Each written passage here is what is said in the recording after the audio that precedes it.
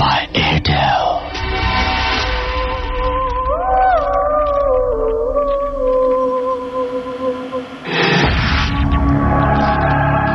শুনছেন সবসময় রেডিও ফুর্তি, আর ঘড়িতে সময় যখন বেজেছিল 11:59 তখনই শুরু হয়ে গেছে ভূত এফএম হন্টেড বাই এয়ারটেল।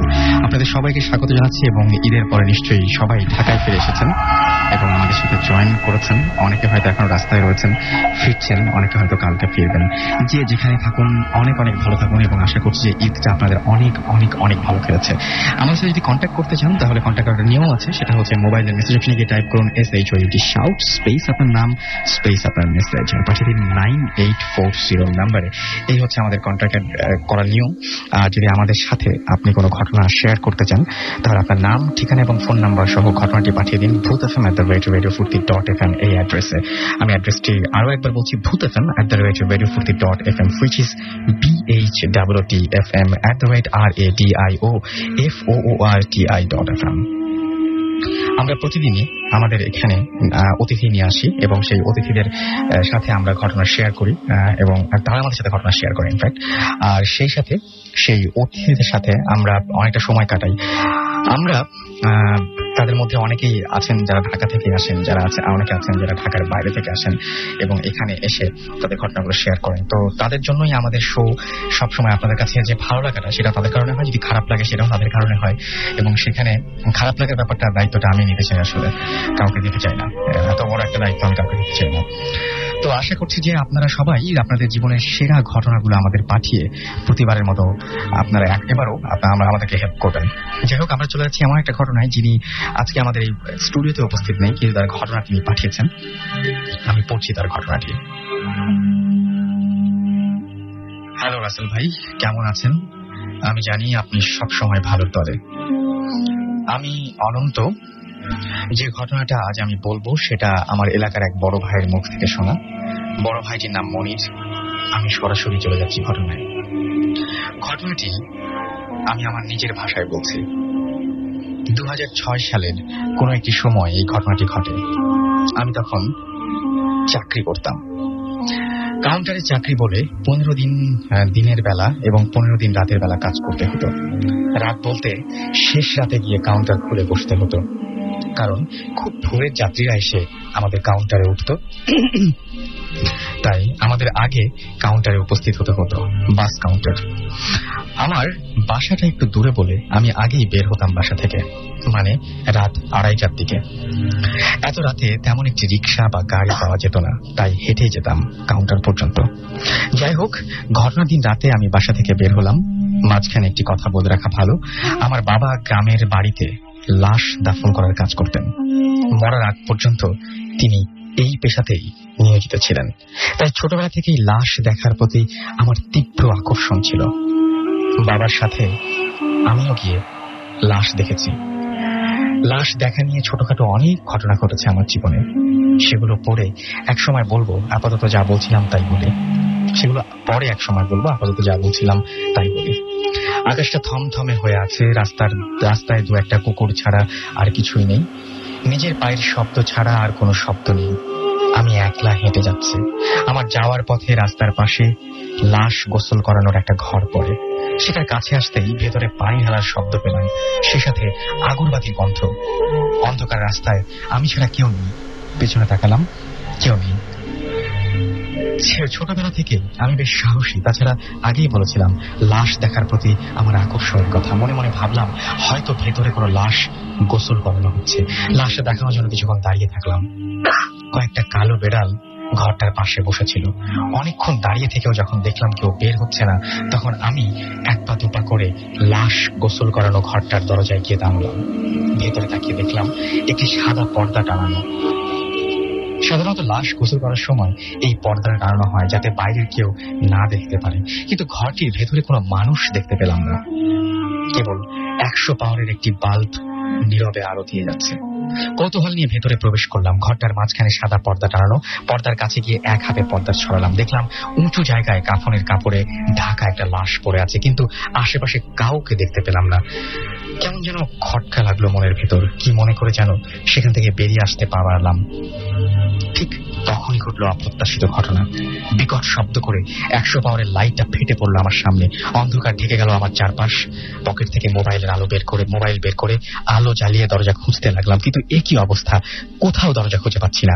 চিৎকার করবো সেই অবস্থাও নেই, গলা দিয়ে এক ফোঁটা স্বর বের হচ্ছে না। নাকের মধ্যে আবার এসে ধাক্কা খেলো তীব্র আঁতরের গন্ধ। কিছু একটা শব্দ কানের ভেতরে এলো। পেছনে ঘুরে তাকালাম, কি যেন সাদা পর্দাটা সরিয়ে জায়গাটা উন্মুক্ত করেছে। মোবাইলের আলোটা সামনে ধরলাম। মোবাইলের আলোতে আমি যা দেখলাম তা আমার জীবনের সবচেয়ে ভয়ঙ্কর দৃশ্য। আমি দেখলাম পর্দা সরিয়ে লাশটা উঠে আমার দিকে আসছে। অনেকটা কুঁজো হয়ে সাদা কাফনে মোড়া লাশটা এক পা দুপা করে আমার দিকে এগিয়ে আসছে। আমি বেরোনোর রাস্তা খুঁজতে লাগলাম, কিন্তু কিছুই খুঁজে পেলাম না। লাশটা ততক্ষণে আমার পেছনে এসে দাঁড়িয়েছে।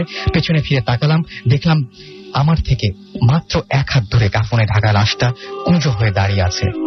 একটা হাত বেরিয়ে আসছে কাফনের ভেতর থেকে।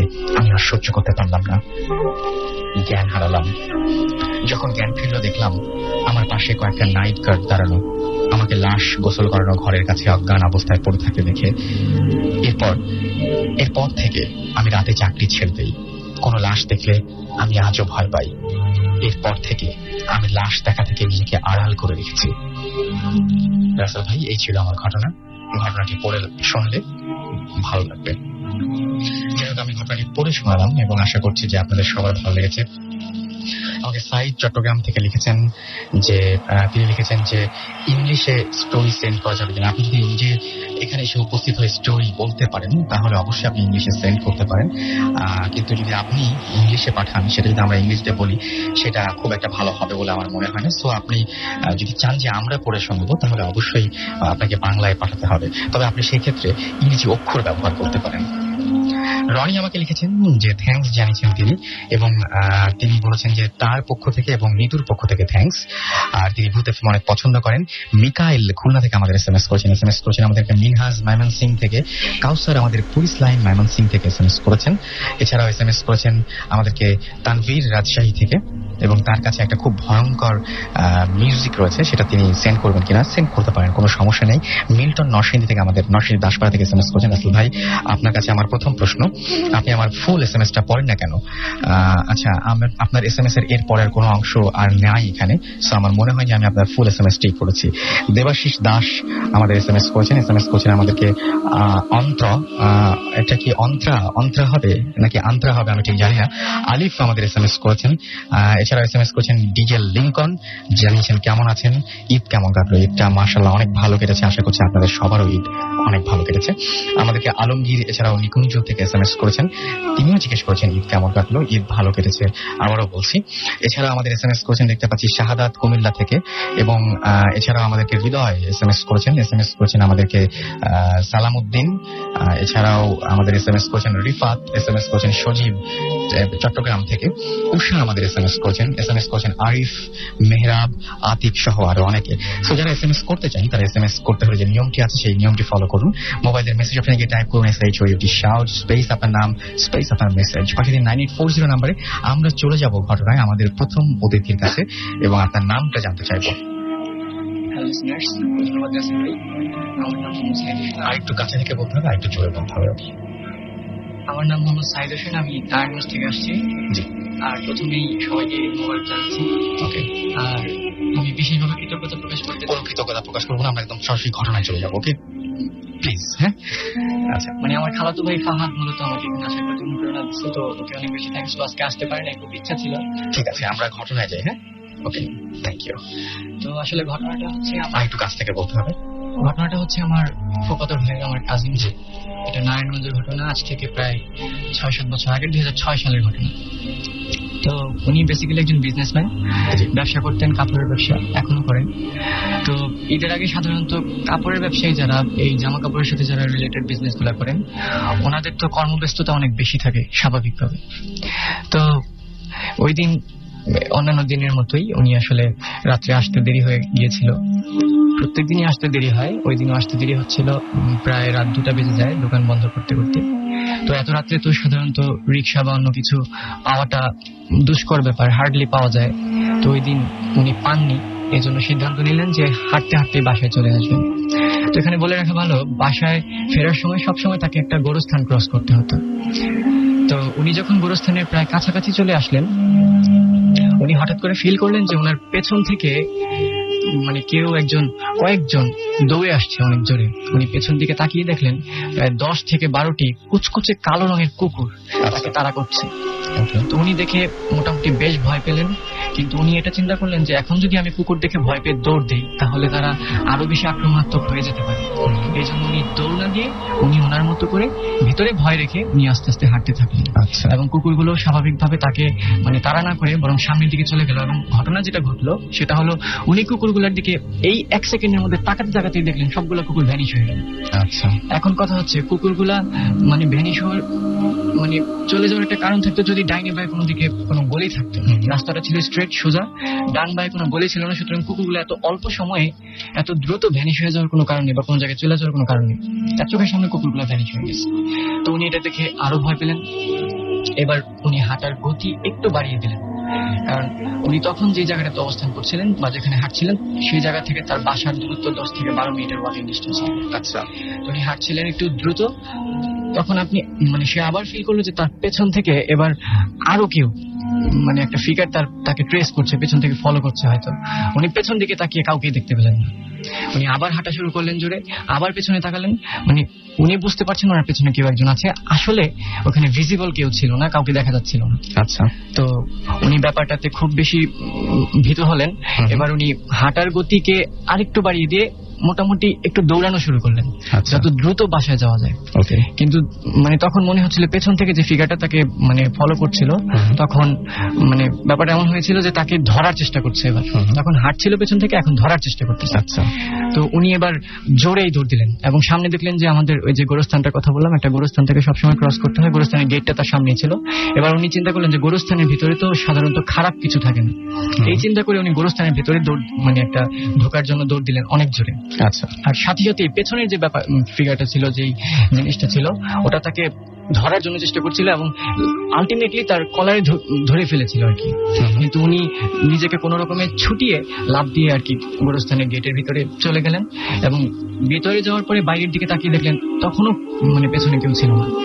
এবার উনি আসলে অনেক বেশি ভয় পেয়ে গেলেন, দিক বিদিক জ্ঞান শূন্য হয়ে গোরস্থানের ভিতর দিয়ে দৌড়াদৌড়ি করতে থাকলেন। এবং একটু বলে গোরস্থানের গেটটা ছিল পূর্ব দিকে মুখ করা এবং একটু সামনের দিকে গেলে ডান দিকে পশ্চিম মানে সামনের দিয়ে পশ্চিম দিক দিয়ে একটা রাস্তা ছিল, ওখান থেকে বের হয়ে যেত, মানে গোরস্থানের বাইরে বের হয়ে যেত। উনি চিন্তা করলেন ওখান দিয়ে বের হয়ে বাসায় চলে যাবো। তো ওখান থেকে বের হওয়ার সময় ওনাকে আবার কয়েকটা কবর ছিল ওইটা ক্রস করতে হয়েছে আর কি। আর কবরগুলো ক্রস করতে গিয়ে আরেকটা ভয়ঙ্কর ঘটনা যেটা ঘটলো সেটা হলো তার একটা পা, বাম পাটা একটা ছোট্ট কবরের ভিতরে ঢুকে যায়। আর স্বাভাবিকভাবে এরকম একটা পরিস্থিতিতে মানে রাত্রে 2টা-2:30 বাজে, তখন আমার একটা পা যদি গোরস্থানের কবরের ভিতরে ঢুকে যায় স্বাভাবিকভাবে আমার জ্ঞান থাকার কথা না। উনিও স্বাভাবিকভাবে জ্ঞান হারিয়ে ফেলেন, সেন্সলেস হয়ে যান। এবং কিছুক্ষণ পরে না কতক্ষণ পরে উনি নিজেও বলতে পারবেন না, উনি মানে চোখ খুললেন, চোখ খোলার পরে দেখলেন যে মানে তখনও ভোর হয় নাই, তখনও রাতের অন্ধকারটা ছিল, কিন্তু উনি নোটিস করলেন ওনার পাশে কেউ একজন বসে আছে। এবং চোখ খোলার পরে দেখলেন বৃদ্ধ একটা লোক, আমরা মানে দরবেশ বা এরকম যা বুঝি আর কি, মানে খুব পুণ্যবান ব্যক্তি বা এরকম একটা লোক, বয়স্ক, সাদা দাড়িওয়ালা, সাদা ড্রেস পরা, তার পাশে বসা, হাতে তসবি। তো উনি তার দিকে তাকালেন, কিন্তু আমার যে ভাই ছিল উনি আসলে কথা বলতে পারছিলেন না ওই সময়। তাকে দেখা হঠাৎ করে মানে চোখ খোলার পরে ওই লোককে দেখার পরে তো সে আরো বেশি ভীত হয়ে যায়, মানে একরকম বাকরুদ্ধ হয়ে যায় আর কি। আচ্ছা, পরে উনি আসলে কিছু বলেন নাই, কিন্তু ওই যে লোকটা ছিল দরবেশ টাইপের যে লোকটা, উনি তাকে একটা তাবিজ দিলেন। তাবিজ দিয়ে বললেন যে এই তাবিজটা তুই তোর কাছে রাখবি, যতদিন রাখবি ততদিন তুই সেফ থাকবি, তোর কোনো প্রবলেম হবে না, কিন্তু তুই এই তাবিজটা বেশি দিন রাখতে পারবি না। সেই কথাটাও বলে দিয়ে গেছিল। তো এরপরে সে তাবিজটা তার হাতে দিয়ে যায় এবং ওই লোকটা চলে যায় এবং সে সাথে সাথে জ্ঞান হারিয়ে ফেলে এবং পরবর্তীতে সে নিজেকে বাড়িতে খাটের উপর মানে আবিষ্কার করে। তো আমরা পরবর্তীতে কৌতূহলবশত তার কাছে ঘটনাটা জানতে চেয়েছিলাম। জানতে চাওয়ার পরে সে ঘটনাটা বললো এবং ওই যে তার কলার ধরে যে একটা ফিগার তাকে টান দিয়েছিল, সে বলেছিল যে ওই বড় বড় নখওয়ালা ছিল আঙ্গুলগুলা। এবং পরবর্তীতে মানে সবচেয়ে আশ্চর্যের বিষয় হলো আমরা তার পিঠের মধ্যে নখের আঁচড় পড়লে যে একটা দাগ হয়ে যায়, এই আঁচড়টা আমরা দেখেছিলাম, আমি নিজে দেখেছি। আচ্ছা। এবং আরো একটা মজার বিষয় হচ্ছে পরবর্তীতে সে ওই যে লোকটা তাকে তাবিজ দিয়ে গিয়েছিল, ওই লোকটাকে সে খুঁজতে গিয়েছিল পরে, এবং খুঁজতে গিয়ে ওই এলাকার লোকজনের কাছে জিজ্ঞেস করছে, কিন্তু ওই এলাকার কোন লোকই এরকম কোন ব্যক্তির সন্ধান দিতে পারে নাই। এবং মজার বিষয় হচ্ছে ওই যে সে বলে গিয়েছিল যে এই তাবিজটা তুই বেশি দিন রাখতে পারবি না, এবং 3-3.5 মাসের মধ্যে ওই তাবিজটা সে হারিয়ে ফেলে। এই ছিল আপনার ঘটনা। ওকে, থ্যাংক ইউ সো মাচ, আপনাকে অনেক ধন্যবাদ। আমার কাছে আরো একটা ঘটনা রয়েছে, এবং আমরা সাধারণত অনেক সময় এরকম হয় যে বিভিন্ন জায়গার ঘটনা আমাদের কাছে থাকে, প্রচলিত কিছু ঘটনা, প্রত্যেকটা এলাকার একটা নিজস্ব ঘটনা রয়েছে, সেই ঘটনাটা হয়তো অনেক সময় নর্মাল থাকা হয় না। তো আপনারা যদি আপনাদের আশেপাশে, বাসার আশেপাশে দেখবেন যে কোনো একটা পুকুর নিয়ে কোনো একটা গল্প রয়েছে, কোনো একটা মাঠ নিয়ে কোনো একটা গল্প রয়েছে, কোনো একটা গাছ নিয়ে একটা গল্প রয়েছে, তো এই ধরনের ঘটনা বহু বছর ধরে চলে আসে এবং আমাদের প্রজন্মের পর প্রজন্ম চলতে থাকে। আমরা, আমার বাবা শুনে না আমার দাদার কাছ থেকে, আমি শুনি আমার বাবার কাছ থেকে, এবং আমাদের ভবিষ্যৎ প্রজন্ম যারা তারা হয়তো আমাদের কাছ থেকে এভাবে শুনতে থাকবেন। তো এইরকমই একটা ঘটনা আমি পেয়েছি, সেই ঘটনাটা আমি একটু পড়ে শোনাচ্ছি। তিনি আজকে আসতে পারেনি, লিখেছেন, হ্যালো রাসেল ভাই, আমি মোহাম্মদ আলামিন, আমার বাড়ি পিরোজপুরের স্বরূপকাঠিতে। আমি অনিবার্য কারণে স্টুডিওতে আসতে পারবো না। আজ আমি যে কাহিনীটা বলবো সেটা আমাদের গ্রামের একটি পুকুর নিয়ে ঘটেছে, আজ থেকে 130 বছর পূর্বে। কাহিনীটি আমার দাদা সহ এলাকার অনেকের মুখে শুনেছি, তারাও তাদের পূর্ববর্তী পুরুষের কাছে শুনেছে। উল্লেখ্য, পুকুরটি কবে খনন করা হয় তা জানা যায়নি, তবে শোনা যায় এর বয়স প্রায় 400 বছর। এই পুকুরের অন্যতম আশ্চর্যজনক ব্যাপার ছিল যে পুকুরের আশেপাশে কারো বিয়ে হলে অনুষ্ঠানের জন্য পুকুর থেকে উঠে আসতো বিভিন্ন থালা বাসন, যাদের মধ্যে কিছু ছিল সোনার আর বাকিগুলোতে ছিল আশ্চর্যজনক নকশা করা। বিবাহ অনুষ্ঠানে আগের রাতে যদি একজন বুজুর্গ ব্যক্তি পুকুর ঘাট পরিষ্কার করে কিছুক্ষণ আল্লাহর ইবাদত করতেন, তবেই ওই রাতে সব থালা বাসন উঠে আসতো। নিয়ম ছিল অনুষ্ঠান শেষে এগুলো ধুয়ে ওই ঘাটে রেখে আসা, ফলে ওই রাতে আবার তা পুকুরে নেমে যেত। কিন্তু একদিন এক মহিলা এ থেকে একটি সোনার লবণের বাটি নিজের কাছে রেখে দেয়। যথা নিয়মে বাকি থালা বাসনগুলো ঘাটে রেখে আসা হয়, সেই রাতে সেগুলো নেমে যায়। ফলে ওই মহিলা ভাবে বোধহয় কিছুই হবে না, সে সোনার বাটিটি তার একমাত্র মেয়েকে দেখিয়ে গোপন জায়গায় আটকে রাখে। কিন্তু কয়েকদিন পর রাতে এসে স্বপ্ন দেখে কেউ একজন তাকে বলে সে যেন বাটিটি রেখে আসে। তারপর সে রেখে আসে না। তারও কয়েকদিন পর সে ওই পুকুরে নামে কলসি করে পানি আনতে, হঠাৎ কিসে যেন তার পা পেঁচিয়ে ধরে পানির মধ্যে টেনে নিয়ে যায়। তারপর অনেক খোঁজ করা হয় এই পুকুরে, কিন্তু তার লাশের কোনো সন্ধান মেলে না। সন্ধান মেলে তার ঠিক 3 দিন পর হঠাৎ করে তার লাশ ভেসে ওঠে পুকুরের মাঝখানে। পরে যখন লাশ ওপরে তোলা হয় তখন তার পায়ের শিকলের কালো ছাপ পাওয়া যায়। সবাই আতঙ্কিত হয়ে পড়ে, তার মেয়ে সবাইকে সব খুলে বলে। ফলে সবাই খোঁজ করতে শুরু করে সেই লবণের বাটি, কিন্তু পাওয়া যায় না কোথাও। তার মেয়ে সেই গোপনীয় জায়গাটায় খুঁজে পায়নি। তারপর থেকে এই পুকুর হতে কোনো বাসন ওঠে না।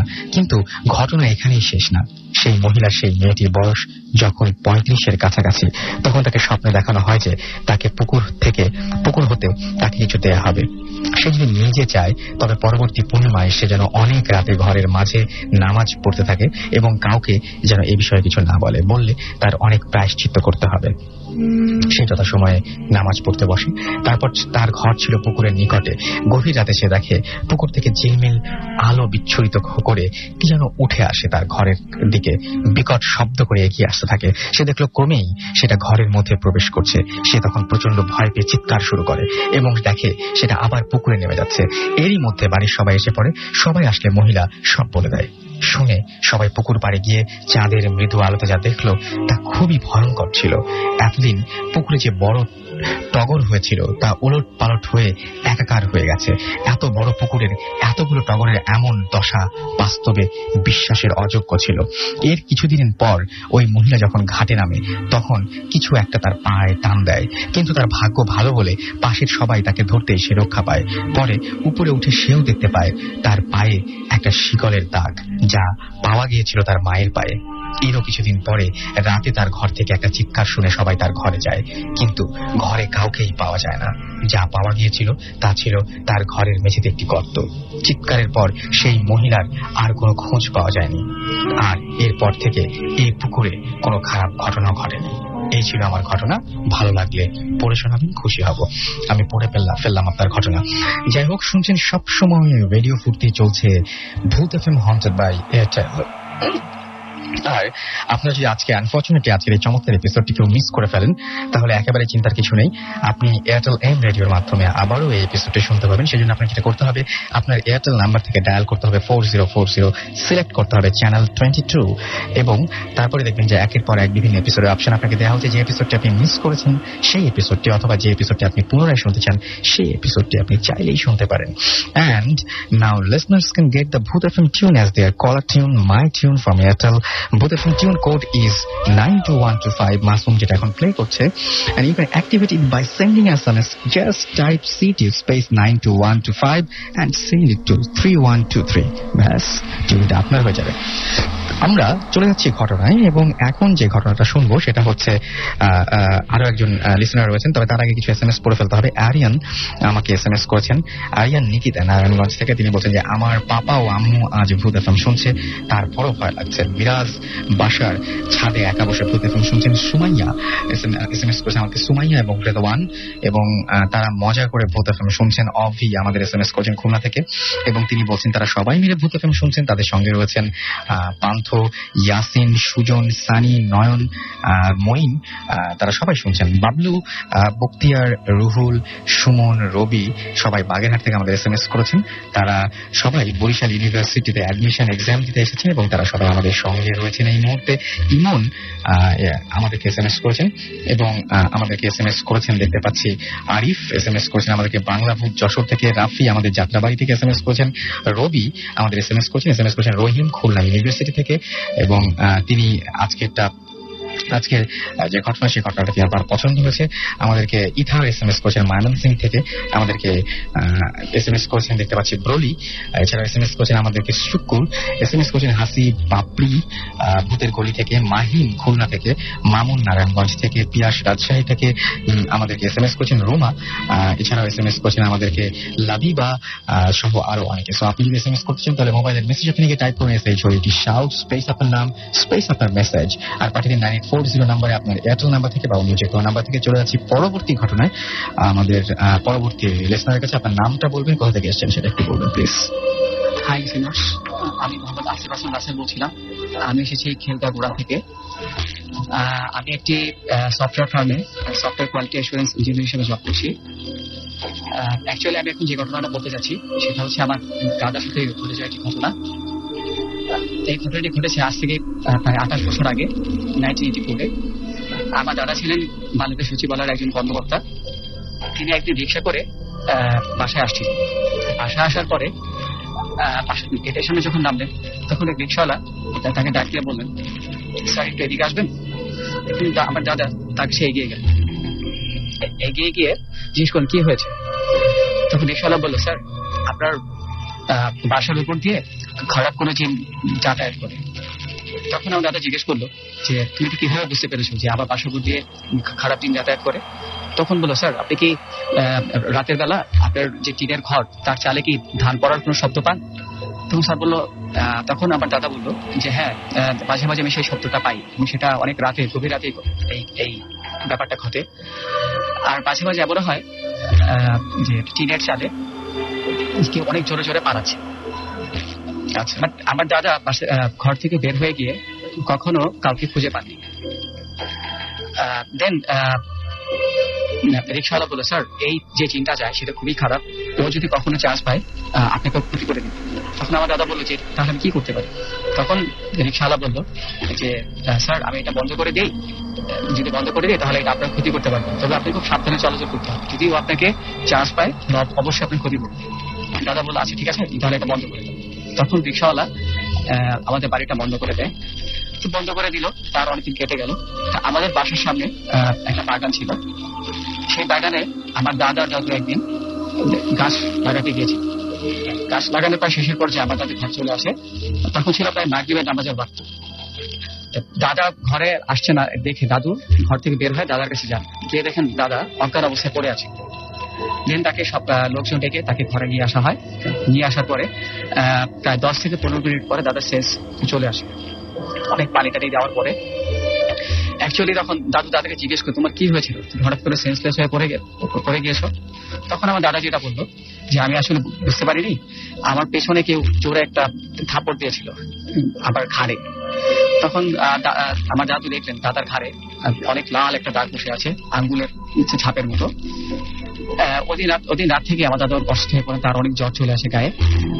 ডাক্তার দেখানোর পরেও ডাক্তার কোনো রোগ ওনার আইডেন্টিফাই করতে পারেনি, বিধায় ওনাকে মেডিকেলে ট্রান্সফার করা হয়। উনি হলি ফ্যামিলি হসপিটালে ওনাকে অ্যাডমিশন করানো হয়। অ্যাডমিশন করানোর পরে যে ডাক্তার থাকেন তারা অনেকগুলো টেস্ট করাতে দেয় ওনার ডিজিজ আইডেন্টিফাই করার জন্য। অ্যাকচুয়ালি রিপোর্টে সবকিছু পজিটিভ আসে যে ওনার আসলে কোনো রোগ নেই বা কোনো রোগ আইডেন্টিফাই করা যাচ্ছে না। দেন যেটা হয়, আমার দাদু আসলে খুব চিন্তায় পড়ে যায়। তখন উনি একজন পীরের শরণাপন্ন হন আমাদের বাসা থেকে একটু কাছে। দেন পীরের কাছে যাওয়ার পর পীর বললো যে আপনার হাজবেন্ড বাসাটা বেঁধে দিয়েছিল, তো ওইখান দিয়ে যে খারাপ চিন্তা চলাচল করতো সে ওনার এই ক্ষতিটা করেছে। এখন ওনাকে কোনো ডাক্তারি ওষুধ দিয়ে ওনার এটা ভালো করা যাবে না। আমি আপনাকে এটা পানি পড়া আর তেল পড়া দিয়ে দিচ্ছি। আপনি এটা ওনাকে আগামী 7 দিন রেগুলার 3 বেলা কন্টিনিউ, সকাল, দুপুর এবং রাতে, আশা করি উনি ঠিক হয়ে যাবে। কিন্তু খুব কেয়ারফুলি এটা কন্টিনিউ করতে হবে। যদি ওটা চান্স পায় এটা অবশ্যই ক্ষতি করার চেষ্টা করবে। দেন আমার দাদু টানা হসপিটালে থাকে, ওনাকে ঘাড়ে তেল মালিশ করে দেয়, পানি পড়া খাওয়ায়, আস্তে আস্তে উনি সুস্থ হতে থাকে। একটা পর্যায়ে এমন হয় যে আমার দাদু এবং আমার চাচুরা হসপিটাল থাকতে থাকতে সবাই খুব টায়ার্ড, অসুস্থ হয়ে যায়। দেন তারা বাসায় চলে আসে। যেদিন বাসায় আসে সেদিন তাদের এক রিলেটিভকে হসপিটালে থাকতে দেয়। এবং বেসিক্যালি যে ঘটনা ঘটতো, তারা আমার দাদু আমার চাচুরা যখন রাতে হসপিটালে থাকতো তখন কেউ রাতে ঘুমাতো, সবাই খুব টেনশন করতো। যেদিন ওনারা চলে আসে আর রিলেটিভ যখন হসপিটালে থাকে উনি মিড নাইটে ঘুমিয়ে পড়েন। তো ঘুমিয়ে পড়ার পরে সকালবেলা যখন আমার দাদু আসেন, দাদু এসে দেখেন যে আমাদের যে তেলের বোতলটা ছিল, তেল শিশিটা ছিল, সেটা মাটিতে পড়ে আছে এবং যে পড়া পানির যে বোতলটা ছিল সেটা দূষিত অবস্থায় পাওয়া গিয়েছে আর কি, হলুদ কালার হয়ে গিয়েছিল। দেন আমার দাদু জিজ্ঞেস করে যে এটাতে এটা হলুদ হলে কিভাবে, কালারটা নষ্ট হলে কিভাবে, বাতাসিত হলে কিভাবে। দেন আমার দাদা, যে নাকি বিছানা থেকে উঠতেই পারে না, সে লাফ দিয়ে উঠে বিছানা থেকে উঠে বলে যে এটা আমি নষ্ট করে দিয়েছি। বাট আমার দাদার নর্মালি যে গলা ছিল, আসলে ওই গলার সাথে এই গলার ডিফারেন্স ছিল, একটু ভারী গলা ছিল। এরপর যে ঘটনা ঘটে যে আমার দাদু বুঝতে পারে যে আসলে কোনো একটা প্রবলেম হয়েছে। কিছুক্ষণ পরে আমার দাদা বিছানায় শুয়ে পড়েন, তার আর কোনো সেন্স থাকে না। তখন ছিল সকাল 8টা। ঠিক তার কিছুক্ষণ পরে 3 ঘন্টা পরে আমার দাদা সকাল 11টার দিকে মারা যান। অ্যাকচুয়ালি এটা কি ধরনের, আমি এটা কিভাবে এক্সপ্লেন করবো সেটা বলতে পারবো না। তবে আমার দাদু এবং আমাদের বাসার সবাই ব্যাপারটা কিভাবে এক্সপ্লেন করে, এটা একটা প্যারানর্মাল ঘটনা ছিল যার কারণে আমার দাদার মৃত্যু হয়েছে। ওকে, আপনাকে অনেক ধন্যবাদ এবং আপনার সেই ঘটনার জন্য। আমরা পরবর্তী ঘটনায় যাব, তবে তার আগে ছোট্ট একটা আমাদের ব্রেক নিতে হবে। ইন দ্য মিন টাইম আমি বলে কিছু SMS পড়ে ফেলবো অবশ্য তার মাঝখানে। আমাদেরকে আশরাফুল SMS করেছেন, আশরাফুল, দেলোয়ার এবং সুমন। তারা SMS করেছেন কাদিরপুর থেকে এবং তারা বুথ এফএম এনজয় করছেন। তৃপ্তি আমাদের SMS করেছেন খুলনা থেকে। তৃষা ব্যানার্জি আমাদের SMS করেছেন খুলনা থেকে। বুশরা মিরপুর থেকে SMS করেছেন। নীলাঞ্জনা আমাদের SMS করেছেন আমাদেরকে। এছাড়াও আমি দেখতে পাচ্ছি ওহি, এছাড়াও আমাদেরকে SMS করেছেন মঞ্জুরুল রাখি খুলনা থেকে। আমাদেরকে আলামিন SMS করেছেন চিটাগং থেকে। এছাড়াও আমাদেরকে SMS করেছেন দেখতে পাচ্ছি ফায়াজ SMS করেছেন। আমাদেরকে SMS করেছেন রায়হান মামুন বাবু। তারা সবাই মিলে গাড়িতে ড্রাইভ করছেন এবং ভূত এফএম শুনছেন। আমাদেরকে নুমায়ার SMS করেছেন, নুমায়ার আহমেদ SMS করেছেন, তিনিও আমাদের সাথে রয়েছেন এই মুহূর্তে। এছাড়াও আমি দেখতে পাচ্ছি যে আমাদেরকে আরো অনেকে SMS করেছেন। আপনি যদি SMS করতে চান বা SMS পাঠাতে চান তাহলে মোবাইলের মেসেজ ওখানে গিয়ে টাইপ করুন SHOUT শাউট স্পেস আপনার নাম স্পেস আপনার মেসেজ পাঠিয়ে দিন 9840 নাম্বারে, আপনার এয়ারটেল নাম্বার থেকে বা অন্য যে কোনো নাম্বার থেকে। আমরা চলে যাচ্ছি ছোট্ট বিরতি নেব এবং বিরতির পরে ফিরে আসছি আবারও। So stay tuned for radio ফুর্তি এন্ড ডোন্ট স্টপ দ্য ফুর্তি।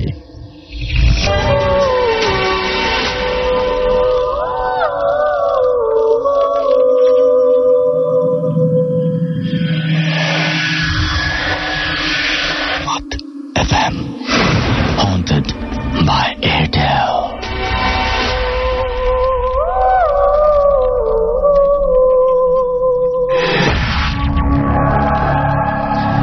সবসময় রেডিও ফুর্তি আর চলছে ভূত এফএম হন্টেড বাই এয়ারটেল। আমি রাসেল আছি সাথে এবং দেখছি অলরেডি বেশ কিছু এসএমএস চলে এসছে। আলভি উত্তরা থেকে এসএমএস করেছেন এবং তিনি একটা অদ্ভুত কোয়েশ্চেন করেছেন যে লাইট এই মুহূর্তে স্টুডিওতে অফ আছে কিনা। স্টুডিওতে লাইট অফ এখন নাই, একেবারেই নাই। বাট স্টুডিওতে লাইট অফ না থাকলেও বাইরে কিছু দেখা যাচ্ছে না, বাইরে অন্ধকার এবং আমাদের লাইটের দিকে আমরা তাকিয়ে নেই বা স্টুডিওর দিক চাইতে বাইরের দিকে বেশি তাকিয়ে আছে। শিবলু আমাদের এসএমএস করেছেন পুরান ঢাকা থেকে এবং তিনি বলেছেন যে আজকে এসএমএস না পড়লে তিনি মন খারাপ করবেন। তার এসএমএসটি আমি পড়ে ফেললাম। ইমুর কাছে অবশ্যই ফালতুই লাগছে ঘটনা, তার ভয় লাগছে না। ইমুকে আমি আসলে ইমু মনে হয় এসএমএসটা পড়লে খুব খুশি হবেন, এই জন্য আমি এসএমএসটা পড়েছি। উনি অনেক খুশি হয়েছেন আমি আশা করছি এবং উনি জানাতে পেরেছেন যেটা তার ভয় লাগছে না, এটাতে উনি নিশ্চয়ই খুশি হয়েছেন। আমি খুশি করে দিলাম। চৈতি আমাকে লিখেছেন যে আমি আমার দুইজন ভাইকে নিয়ে ছাদে বসে খুব ভয়ে ভূত এফএম শুনছি। আমি নিজে ভয় পেলেও ওদের ভয় দেখাচ্ছি। ওকে, ভয় দেখাতে দেখাতে আবার নিজেও ভয় পাচ্ছেন। দেখবেন যে কোনো সময় একসময় এরকম হতে পারে যে ওনারা ভয় পাচ্ছেন না, আপনি ভয় পাচ্ছেন, এরকম হতে পারে। কিন্তু তাসনিম আমাদের এসএমএস করেছেন সিলেট থেকে যে ভাইয়া মিড টার্ম এক্সাম স্টার্ট হচ্ছে বাট ভূত এফএম শুনছি এবং তিনি বলছেন যে ভয় লাগছে, মনে হচ্ছে জ্বর উঠে যাচ্ছে। ওকে, আমাদের এছাড়াও এসএমএস করেছেন দেখতে পাচ্ছি হাসান এবং রনি এসএমএস করেছেন, আমাদের হৃদয় হোসেন এসএমএস করেছেন, আমাদেরকে সবু এসএমএস করেছেন, হিমেল এসএমএস করেছেন, নীলা সহ আরো অনেকে। যাই হোক, আমরা চলে যাচ্ছি আমাদের পরবর্তী ঘটনায় এবং আমাদের প্রথম যে কেস ছিলেন তার কাছে। আপনার নামটা আরেকবার একটু বলবেন। থ্যাংক ইউ রাসেল ভাই, আমাকে আবার সুযোগ দেওয়ার জন্য। আমার নাম মোহাম্মদ সাইদ হোসেন, আমি নারায়ণগঞ্জ থেকে এসেছি। ওকে, তো এবার যে ঘটনাটা আমি বলবো এটা আমার সাথেই ঘটেছিল অনেক আগে। আমি যখন খুব ছোট ছিলাম, আজ থেকে প্রায় 15-16 বছর আগে। আমি তখন কেবল প্রাইমারি স্কুলে পড়ি আর কি। তো আপনাদের মনে আছে কিনা, তখন ছোটবেলাতে আমরা হিন্দি সোনি টিভিতে একটা প্রোগ্রাম দেখতাম, সেটা ছিল আহাট নামে একটা নাটক হতো, হরর নাটক হতো আর কি। ওই নাটকটা আমরা খুব মজা করে দেখতাম, আবার খুব ভয়ও পেতাম। প্রতি বৃহস্পতিবারে রাত্রে 10:30 বাজে দেখাতো। তো ওই দিন আমরা আহাট দেখে তারপর ঘুমানোর প্রস্তুতি নেওয়ার জন্য, তো বাকি কাজটা বাথরুমে যাওয়াটা কাজ সারার জন্য বাইরে গেলাম। আর যেহেতু আমাদের বাড়িটা গ্রাম দিকে পড়েছে, সেখানে আমাদের সবই টিনের ঘর, আর সেখানে সাধারণত মানে বাথরুম গুলা ঘরের বাইরেই থাকে, ঘর থেকে একটু দূরে থাকে। তো আমরা মানে প্রাকৃতিক প্রয়োজন মেটানোর জন্য বাইরে গেলাম। তো আমি তখন খুব ছোট ছিলাম এবং খুব ভয় পাচ্ছিলাম, যেহেতু ভয়ের একটা নাটক দেখে আসছি, মাত্র আহার দেখে আসছি। তো আমি যেহেতু ছোট ছিলাম, মা বললো যে দরজা লাগানোর দরকার নেই, তুই এমনিতেই বস। আর মা এটা আমাকে বলে, টিউবওয়েল ছিল ওইখানে, মা বললো যে তুই তাহলে বস, আমি ঘর থেকে মগ নিয়ে আসি, পানি নিয়ে যাই, রাত্রে পানি লাগতে পারে। তো মা আমাকে রেখে পানি আনতে ঘরে গেল, মানে মগ আনতে ঘরে গেল পানি নেওয়ার জন্য। তো আমি যেখানে বসেছিলাম সেখান থেকে আমাদের বাসার মানে রাস্তার পাশে 3টা আম গাছ ছিল, ওই আম গাছগুলো এখন নাই, ওই আম গাছগুলো দেখা যায় আর কি সরাসরি। আচ্ছা, তো কিছুক্ষণ বলতে মোটামুটি 1 মিনিট বা 50-55 সেকেন্ড পরেই এমনই হবে সময়টা, আমাকে কেউ একজন আম গাছ থেকে মানে ঢিল ছুটছিল, অনেক বড় বড় ঢিল, মানে ইটের টুকরা দিয়ে আমাকে ঢিল মারছিল আর কি। কিন্তু একটা ঢিলও আমার গায়ে লাগেনি, কিন্তু আমি বিরক্ত হচ্ছিলাম। আমি তখনও ভয় পাইনি, কারণ আমার কাছে মনে হচ্ছিল কেউ হয়তো আম গাছে ঢিল মারছে। কিন্তু একটু পরে আবার আমার মনে হলো যে তখন ছিল শীতকালে তো আম গাছে আম থাকার কথা না। তো তখন আমার কাছে ভয় লাগেনি, কারণ আমি তখন খুব বাচ্চা, আসলে এই ব্যাপারগুলো চিন্তা করার মানসিক এটা মানে ব্যাপারটা আমার মধ্যে ছিল না। তো আমি তখন একটু বিরক্ত হয়ে চিন্তা করলাম যে আমাকে ইটগুলা ঢিল ছুঁড়েছে, ওই ইটগুলো আমি হাতে নিয়ে আমি আবার উল্টা তাদের দিকে মারবো আর কি। এইরকম একটা মানে অ্যাটিটিউড নিয়ে আমি বের হলাম। বের হওয়ার পরে যখন ইটগুলো আমি নিয়ে তাদের মানে মারার জন্য ইটগুলো নিতে গেলাম হাতে, মানে সবচেয়ে ভয়ঙ্কর ঘটনা ওইখানেই ঘটলো। মোটামুটি 8-10টা ইটের টুকরো এখানে ছিল, প্রত্যেকটা ইটের টুকরো আমি ধরার আগেই ভেনিশ হয়ে গেছে আমার চোখে। আপনি নিজের চোখে দেখেছেন? এখনো মনে আছে আপনার? হ্যাঁ, আমার এখনো মনে আছে। এবং ওই ঘটনার পরে আমি সাথে সাথে খুব মানে কান্নাকাটি করেছিলাম, মাকে খুব জোরে ডাক দিয়েছিলাম, মা এসেছে, বাবা এসে আমাকে খুব জড়িয়ে ধরেছিল। এরপরে আমি মানসিকভাবে বলতে খুব ভীত ছিলাম। প্রায় 5-7 বছর আমার ট্রিটমেন্ট চলছে, বিভিন্ন মানে হুজুরদের কাছে গিয়ে আমাকে তাবিজ দেওয়া ছিল, আমার গলায় তাবিজ ছিল, হাতের মধ্যে তাবিজ ছিল, এইভাবে অনেক দিন চলছে। এবং এর পাশাপাশি আমি যে কিছু এক্সপিরিয়েন্স আমার ছোটখাটো হয়েছে, যেমন আমাদের বাসাতেই আমি প্রায় রাত্রে নুপুরের আওয়াজ শুনতাম। এটা অনেকেই শুনে, আমাদের বাসাতে এই ঘটনাটা ঘটতো, নুপুর পায়ে কেউ হাঁটতেছে। তারপরে টিউবওয়েল, অনেক রাত্রে টিউবওয়েল কেউ মানে যাচ্ছে, এরকম শব্দ আমি শুনতাম। তো টিনের ঘরে সাধারণত ছোট ছোট ছিদ্র থাকে।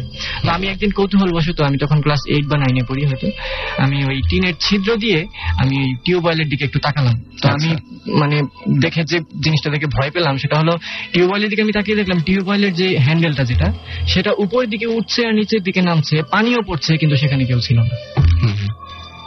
এটা দেখে আমি খুব ভয় পাই।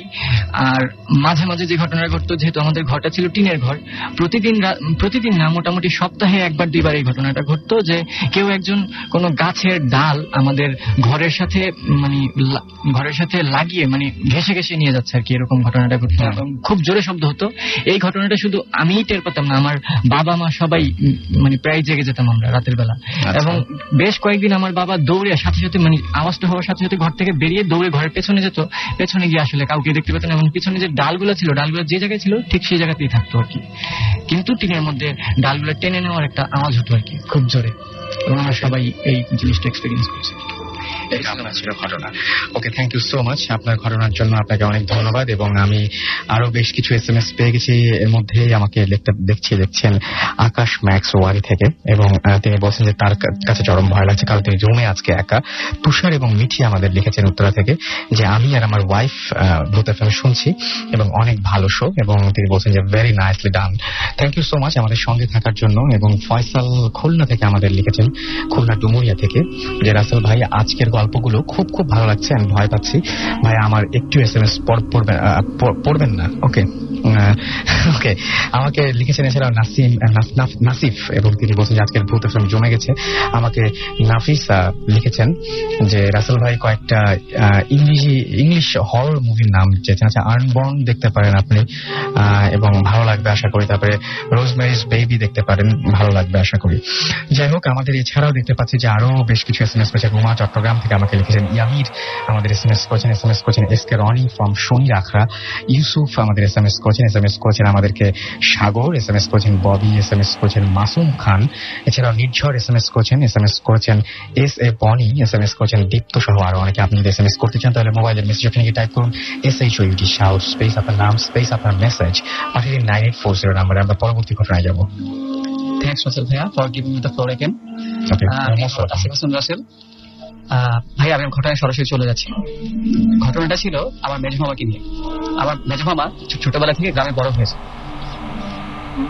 অ্যাকচুয়ালি উনি একদিন ওনার ফ্রেন্ডের সাথে বাজি ধরেন যে ওরা একটা তুলা গাছে উনি একটা গজাল গান। তুলা গাছ লোকেশনটা ছিল এরকম, তুলা গাছের এক পাশে ছিল একটা পুকুর, আরেক পাশে আরেকটা পুকুর ছিল, পেছনের দিকে ধানি জমি ছিল। বাড়ি থেকে তুলা গাছটা অনেক দূরে ছিল। তা উনি একদিন ঠিক মাগরিবের নামাজের আগে আগে গিয়ে ফ্রেন্ডের সাথে বাজি ধরে ওই তুলা গাছটাতে একটা গজাল গেড়ে দিয়ে আসে। এবার কিছুদিন কেটে গেল। একদিন উনি গ্রামের বাজার থেকে বাজার করে বাড়িতে ফিরছিলেন। দেন যখন উনি তুলা গাছের নিচে আসেন, ক্রস করে যাচ্ছিলেন, তখন একজন হুজুর ওনাকে ডাক দেন, এই মাকসুদ এদিকে আয়। আমার মেজো বাবার নাম ছিল মাকসুদ। তো বাবা ওনার কাছে এগিয়ে যান। যাওয়ার পরে হুজুর কোনো কিছু জিজ্ঞেস না করেই ওনার গালে একটা থাপ্পড় দেন। তো উনি তখন খুব ছোট ছিলেন, 9-10 পড়তেন। তো উনি কাঁদতে কাঁদতে ধরে বাড়িতে চলে আসেন। বাড়িতে চলে আসার পরে উনি আমার নানুর সাথে ব্যাপারটা শেয়ার করেন। বলেন যে মা, আমাকে একজন হুজুর ডেকে থাপ্পড় দিয়েছেন, কিন্তু আমি ওনাকে চিনিনি। তো নানু ব্যাপারটা শুনে খুবই অবাক হয়ে গেল যে তোমাকে একটা হুজুর শুধু শুধু কেন থাপ্পড় দেবে। দেন যেটা হলো যে অতিন রাত্রে বেলা আমার মামার খুব জ্বর আসে এবং মামা তার রুমে অনেক গোঙাতে থাকে, অনেক সাউন্ড করতে থাকে আর কি। তো হঠাৎ করে বাড়ির সবাই বুঝতে পারে আসলে এটা নিশ্চয় কোনো একটা প্রবলেম ওনার হয়েছে। দেন আমার নানা জিজ্ঞেস করে যে মাকসুদ তোর কি হয়েছে? তখন কোনো অ্যান্সার আসে। আবার যখন জিজ্ঞেস করে তখন বলে যে আমি মাকসুদ না। তো ও কিছুদিন আগে আমি যে তুলা গাছে থাকি সেই তুলা গাছে একটা গজাল কেটে দিয়ে আসছে। ও আমার থাকার পরিবেশটা নষ্ট করে দিয়ে আসছে। আর আজকে আসার সময় আমার কাছে ওর ব্যাগে মাছ ছিল, সে মাছ ও আমাকে না দিয়ে চলে আসছে। এই কারণে আমি ওর কাছে আসছি। ও আমার অনেক ক্ষতি করছে, আমি ওর অনেক ক্ষতি করি। তখন আমার নানা বলে যে ও তো ছোট মানুষ, তো বুঝে নাই, তুই ওকে ছেড়ে দিয়ে চলে যা। অ্যাকচুয়ালি আমার বাবার গলায় যে গলায় কথা বলছিল, যে ভয়েসে কথা বলছিল, সেটা অ্যাকচুয়ালি মামার গলা ছিল না, সেটা একটু লাউড ছিল আর কি, একটু অন্যরকম ভয়েস ছিল আর কি। দেন সবাই শিওর হয় যে এটা আসলে বাবার সাথে কোনো প্যারানর্মাল একটা অ্যাক্টিভিটি ঘটেছে আর কি। তারপর কিছুক্ষণ পরে বাবা হঠাৎ করে সেন্সলেস হয়ে যায়। ওই দিন ঘটনা এখানে শেষ। আর কিছুদিন পরে, অনেকদিন পরে অ্যাকচুয়ালি বলা যায়, তখন আমি মাত্র হয়েছে, আমার জন্ম হয়েছে আর কি। আমার জন্ম হয়েছে। দেন আমার জন্মের 14 দিনের মধ্যে আমার প্রচন্ড জ্বর আছে। আচ্ছা। এখন ডাক্তার নানুদের গ্রামে ছিল না, পাশের গ্রামে ডাক্তার ছিল। তখন আমার নানু আমার সেই মামাকে, মেজো মামাকে, মাকসুদ মামাকে পাশের গ্রাম থেকে ডাক্তারের ডেকে আনার জন্য পাঠায়। ওকে। দেন যেটা হয় যে বাবা যখন তার বাড়ি ক্রস করে যখন জমির মানে রাস্তা দিয়ে হেঁটে যাচ্ছিল, পাশে তখন জমি ছিল, আর এক পাশে জমি ছিল, এক পাশে ডোবা ছিল। তখন হয়ে গেছে প্রায় মাগরিবের নামাজের ওয়াক্ত হয়ে গিয়েছে। হঠাৎ করে দেখে সামনে থেকে একজন বুড়ো লোক ওনার দিকে এগিয়ে আসছে। তো উনিও সামনে হেঁটে যাচ্ছেন। তো বুড়ো লোকটা ওনার দিকে আসছেন এবং ওনার হাত ধরে পাশে যে ডোবাটা ছিল সেই ডোবার দিকে টেনে নিয়ে যাচ্ছে। তো উনি কিছু বুঝতে পারছিলেন আসলে কি হতে যাচ্ছে এখানে। উনি বুড়ো লোকটা জিজ্ঞেস করে, আপনি আমাকে কেন টেনে ডোবার দিকে নিয়ে যাচ্ছেন? দেন কোনো রেসপন্স আসে না। তখন আমার বাবা বুঝতে পারে যে এটা আসলে কোন নর্মাল মানুষ না, এটা নিশ্চয়ই জিন টাইপ কিছু একটা হতে পারে। দেন উনি যেটা করলেন যে সাথে সাথে যে ঘটনাটা ঘটে যে ওই লোকটা ওনাকে মারা শুরু করে। রাস্তার পাশে একটা গাছের ডাল, উনি গাছ ছিল, গাছের ডাল ভেঙে উনি বুড়ো লোকটাকে মারা শুরু করে। দু একটা বাড়ি দেওয়ার পরই এই ঘটনা ঘটে। বুড়ো লোক ওনাকে মারতেছে, উনি ওনাকে মারতেছে, বাট উনি খুব বেশি পরিমাণে আহত হয়। উনি বুঝতে পারে ওনার সাথে পারবে না। দেন উনি দৌড়ে বাড়ির দিকে চলে আসেন। চলে এসে দেন আমার নানুকে সব ঘটনা খুলে পড়ে, কেঁদে সব নানুকে সব ঘটনা খুলে পড়ে। নানু বুঝতে পারে আসলে অ্যাকচুয়ালি পুরোনো ঘটনার পুনরাবৃত্তি এখানে হয়েছে আর কি। ওই জিনটাই মামাকে আজকে মেরেছে। ওই দিন রাতের বেলা আমার বাবা ঢাকা থেকে আসে আমাকে দেখার জন্য। তার আগে আমার নানু আমার বাবাকে সবগুলা ঘটনা খুলে পড়ে। রাত যত গভীর হয় আমার বাবার গায়ে তত জ্বর বাড়তে থাকে এবং আবার আগের মতো সেই গোগানের সাউন্ড করতে থাকে। তখন যে ব্যাপারটা হয়, আমার বাবা তখন ওই জিনটার সাথে কথা বলে। অ্যাকচুয়ালি জিনটা মামার উপর ভর করেছে এবং মামার উপর ভর করি সে কথা বলছিল। বাবা জিজ্ঞেস করে, তুই ওকে কেন ওর উপর আসছিস? দেন জিনটা বলে যে ও আমার অনেক ক্ষতি করছে। ও আমার গাছে, আমি যে গাছে থাকি, তুলা গাছে থাকি, পুকুর পাড়ে, সেই তুলা গাছ গজাল মেরেছে। আমি মাছ চাইছি, আমাকে মাছ দেয়নি, আজকেও আমাকে মেরেছে। তখন বাবা বলে, তুইও তো ওকে মেরেছিস, তুই ওকে ছেড়ে দিয়ে চলে যা, ওর ক্ষতি করিস না। বলতেছে, না আমি ওকে ছাড়বো না, ও আমার অনেক ক্ষতি করছে, ওর রক্ষা হবে না। দেন আমার বাবা বলে যে না, তুই ওকে ছেড়ে দিয়ে চলে যা, ওর অনেক কষ্ট হচ্ছে, এইভাবে থাকলে তো বেশি দিন বাঁচবে না। বলে না, আমি যাবো ঠিকই, কিন্তু ওর অনেক ক্ষতি করে দিয়ে যাবো। অ্যাকচুয়ালি আমার বাবা অনেক ভালো স্টুডেন্ট ছিল। ওই ঘটনার পর থেকেই তার আসলে পড়াশোনা ঠিক মতো হয়নি। সে এইচএসসি কমপ্লিট করার পরে তাকে সৌদি আরবে পাঠিয়ে দেওয়া হয়। সে ওখানে প্রায় 10 বছর এখানে স্টে করার পরে উনি চলে আসার পরে ওনার আর কোনো ধরনের প্যারানর্মাল অ্যাক্টিভিটিস উনি ফেস করেন নাই। বাট উনি মাঝে মাঝে একটা কথা বলতেন যে একদিনে কেমন হয়েছে যে ওনাকে নাকি ওই জিনটা ধরে নিয়ে আমাদের বাসায় একটা প্যারা গাছ ছিল, সেই প্যারা গাছে ওনাকে এনে বসিয়ে রাখতে। এটা আমার কাছে, এই জায়গাটা আমার কাছে খুব ইন্টারেস্টিং লেগেছে। আপনার গল্পের পুরো ঘটনাটার এই জায়গাটা খুব ইন্টারেস্টিং, যেটা আপনি এখন বলছেন। হ্যাঁ, মাঝে মাঝে পেয়ারা গাছের সাথে এনে বেঁধে রাখতো। তারপর কি হতো একটু বলেন? প্যারা গাছের ব্যাখ্যাটা না, তারপর কি হতো বলেন, ঘটনা বলে যান। আমার কাছে এই জায়গাটা, আমি লিসনারদের জন্য বললাম যে এই জায়গাটা অনেক ইন্টারেস্টিং, বলেন।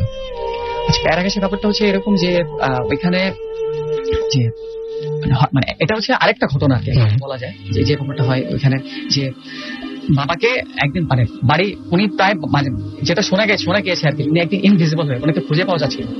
এটা আরেকটা ঘটনা ছিল, সেটা আপনি না, আপনি আপনার ঘটনার মতো ঘটনা বলে যান, অসুবিধা নাই। আচ্ছা, অসুবিধা নেই, আমি আমারটা বলে যাবো। হ্যাঁ, আপনারটা বলে যান। তারপর যেটা হয় যে ওই বাবাকে ওটা ধরে নিয়ে এসে ওইখানে বসিয়ে রেখেছিল আর কি, ওনার হাতে মিষ্টি দিয়েছিল। তো মামা যেটা বলেছিল যে আমি আপা দুলাভাই সবাইকে দেখতে পাচ্ছি, কিন্তু আমাকে কেউ দেখতে পাচ্ছে না।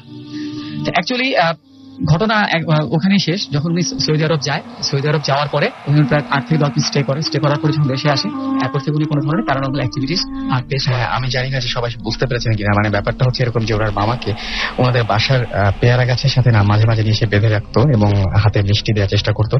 উনি বাসার সবকিছু বুঝতে পারতেন, দেখতেন যে বাসায় কি হচ্ছে না হচ্ছে, সবাই কি করছে না করছে, কিন্তু ওনার মামাকে কেউ দেখতে পেত না। কোনো একটা কারণে, কোনো একটা মানে অজানা কারণে তাকে এরকম একটা পরিস্থিতির মুখোমুখি হতে হতো যে আপনাদের বাসার সামনের পেয়ারা গাছটাতে নিয়ে এসে রাখা হতো তাকে। তিনি আপনাদের সবাইকে দেখতে পাচ্ছেন, বাট আপনারা কেউ তাকে দেখতে পাচ্ছেন না। এটাই তো ছিল ঘটনা, রাইট? মানে আপনি যেটা বলছেন যে আপনাদের বাসার সামনে পেয়ারা গাছের সামনে বেঁধে রাখা হতো, উনি দেখতে পাতেন আপনাদের, কিন্তু আপনি দেখতে পেতেন না। অ্যাকচুয়ালি এখানে যে ব্যাপারটা হয়েছে যে ওনাকে একদিন মানে ওই জিনটা তুলে এনে আমাদের বাসার আমাদের ঢাকার যে বাসা, আমাদের ঢাকার যে বাসা ছিল, সেই বাসায় একটা পেয়ারা গাছ ছিল, সেই পেয়ারা গাছে এনে ওনাকে বসিয়ে রাখতো।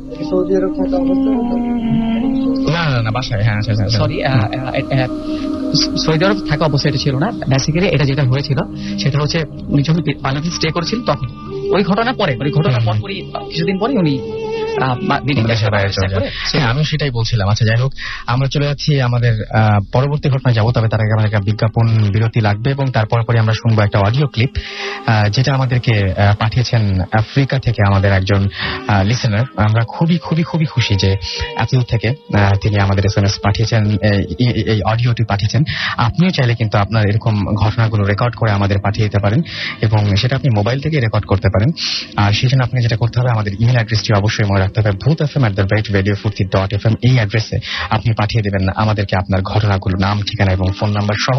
আপনি লিখেও ফেলতে পারেন, আপনি স্টুডিওতে এসে উপস্থিত হয়ে আপনার ঘটনা শোনাতে পারেন, বা এভাবে অডিও ক্লিপ করে আমাদেরকে পাঠাতে পারেন। তো চলুন আমরা শুনে আসি ঘটনাটি এবং তারপরে ফিরে আসছি আবার নতুন অতিথিদের নিয়ে। তো কোথাও যাবেন না, আমাদের সঙ্গে থাকুন। Stay tuned for Radio Furti and don't stop the Furti.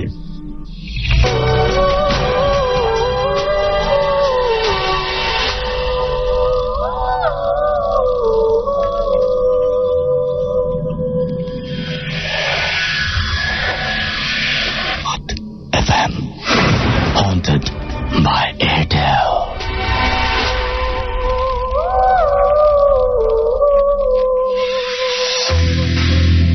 আসল ভাই, সালামু আলাইকুম। আমি জানি আপনি সবসময় ভালোর দলে, তাই কথা না বলিয়ে ঘটনায় চলে যাই। প্রথমেই বলে রাখা ভালো, আমি জামাল উদ্দিন বিপ্লব, একজন পুলিশ অফিসার। জাতিসংঘ মিশনে এসে সুদূর আফ্রিকা মহাদেশের একটি দেশ কঙ্গো থেকে আপনার প্রত্যেকটি প্রোগ্রাম শুনে থাকি। সপ্তাহের প্রতিটি দিনই অপেক্ষায় থাকি কবে আপনার প্রোগ্রামটি আসবে। তো যাই হোক, আমি যে ঘটনাটি শেয়ার করব সেটা আমার সঙ্গেই ঘটে যাওয়া বাস্তব অভিজ্ঞতা থেকে। আমি তখন হাই স্কুলে পড়ি। 80 দশকের ঘটনা। আমার বাবা সরকারি চাকরিজীবী, আর সেই সুবাদে আমাদের পরিবারের সবাই নীলফামারী জেলায় থাকতাম। আর আমাদের সঙ্গে আমার খালাতো ভাই আমার থেকে 6 বছরের বড়, সে কলেজে পড়তেন এবং নীলফামারী কলেজে। তাকে আমরা সবাই দাদু বলে ডাকতাম। উনি আমাদের বাসা থেকে কলেজে যেতেন। শীতের সময়ে আমি আর আমার সে খালাতো ভাই তাদের বাড়িতে বেড়াতে আসি। বেড়ানো শেষ হলে আমরা নীলফামারী যাওয়ার উদ্দেশ্যে গোপালগঞ্জের কাশিয়ানী থানার কাশিয়ানী স্টেশনে ট্রেনের জন্য রাত্রে 10টা-11টা বাজে। ওই সময় ট্রেন আসবে, আমরা ট্রেন স্টেশনে ওয়েট করছি। বলে রাখা ভালো, তখন রোড মানে রাস্তাঘাট অতটা উন্নত ছিল না। আমাদের প্রধান কমিউনিকেশন ছিল ট্রেনে আমরা নীলফামারীতে যেতাম। আমরা স্টেশনে আছি, ট্রেন আসবে, ওয়েট করছি। কিন্তু রাত 12টা-12:30 বাজে তখন খবর এলো ট্রেনের ইঞ্জিন নাকি না লাইনচ্যুত হয়ে বন্ধ হয়ে আছে, ট্রেন আজকে আসবে না, পরের দিন সকাল 10টায় সেই ট্রেন যাবে। আমাদের সেই মেসেজটা স্টেশন মাস্টার বললেন। অবতার কি করার, ফিরে যেতে হবে। আমার খালাবাড়ি স্টেশন থেকে 6-7 মাইল দূরে। আর গ্রামের রাস্তার দুই পাশে বেশ বাঁশ ঝাড়, চাঁদ ছিল আকাশে, মৃদু জ্যোৎস্না। আমরা দুই ভাই, কিছু করার নাই, বাড়িতে ফিরে যেতে হবে। খালা বাড়িতে আমরা যাওয়ার উদ্দেশ্যে স্টেশন থেকে বেরোলাম। তেমন প্যাসেঞ্জার ছিল না। তো আমরা দুজন যে রাস্তা দিয়ে যাই, ওইদিকে কোনো লোকজন আর যাতায়াত নাই। গ্রামে রাত 12:30 একটা অনেক রাত। তো যাই হোক, আমরা দুজনে হেঁটে হেঁটে যাচ্ছি, কিন্তু ভয়ও পাচ্ছি যে কি হয়, এত রাত্রে একা একা যাচ্ছি। আমার হাতে আবার ছিল একটা টিফিন ক্যারিয়ার, যেখানে আমার খালা আমাদের খাওয়ার জন্য বড় বড় সরপুঁটি মাছ, গোপালগঞ্জে খুব সুস্বাদু এক মাছ, যেটা গোপালগঞ্জে পাওয়া যায় এবং অনেকেই জেনে থাকবেন সেই সময় পাওয়া যেত। এখন আর সেই সরপুঁটি মাছ দেখা যায় না। 6-7 পিস সরপুঁটি মাছ ভাজা টিফিন ক্যারিয়ারের ভিতরে, আর ভাত ছিল আর কি, আমাদের জন্য দিয়েছিলেন খালা। তো আমরা ওগুলা নিয়ে ফিরছি, ট্রেন যেহেতু যাবে না, হাঁটছি অন্ধকারের ভিতর দিয়ে। ব্যাগ আমার দাদুর হাতে, আমরা সবাই দাদু বলি যাকে, আমার খালাতো ভাই। তো হাঁটছি, ভয় লাগছে। আমার দাদু আমাকে বললো যে তুই কোন রকম এদিক ওদিক তাকাবি না, সোজা আমার পেছনে পেছনে আসতে থাকবি, এদিক ওদিক দেখার দরকার নেই, ভয় পাবি না। আর আরেকটা কথা বলে রাখি, রাত্রে মাছ নিয়ে কখনো আসলে যেতে হয় না কোথাও, এটা আমার জানা ছিল না। তো দাদু আমাকে বলেনি, খুলে উঠে বলেনি যে আমি ভয় পাবো। আমার হাতে চিমটে দিয়ে আমি আমার দাদুর পেছনে পেছনে হাঁটছি। তো কিছু যাওয়ার পর হঠাৎ সামনে দেখি সাদা ড্রেস পরা, সাদা পায়জামা পাঞ্জাবি পরা একটা লোক আমাদের থেকে প্রায় 100-150 গজ দূরে, উনিও হেঁটে যাচ্ছেন। তো আমি খেয়াল করার পর আমার দাদুকে বললাম, দাদুর সামনে যেন কাকে দেখা যায়। দাদু বলল, হ্যাঁ আমিও দেখছি, দেখি ডাক দিই। দাদু ডাক দিলেন, ভাই শুনছেন? আমিও ডাক দিলাম, হুজুর শুনছেন আমাদের? তো দেখলাম উনি আমাদের দিকে পেছন ফিরে তাকালেন একবার, এটা বুঝতে পারলাম, একটু দাঁড়ালেন। দাঁড়ায় আমরা তখন দৌড়াচ্ছি, দৌড় শুরু করছি, ওনার কাছে যাই যে হুজুর সঙ্গে থাকলে একটু সাহস থাকবে, ভয় লাগবে না। হুজুরকে ডাকার পরপরই হুজুর একটা বিকট চিৎকার করে উঠলো। দেখলাম, আমি ব্যাপারটা খেয়াল করলাম, হুজুর শুধু এটুকু শুনলাম, না ইলাহা ইল্লাল্লাহ মুহাম্মাদুর রাসূলুল্লাহ, এরকম একটা মানে কালেমাটা একটা চিৎকার করে বলে হুজুর দৌড় শুরু করলো।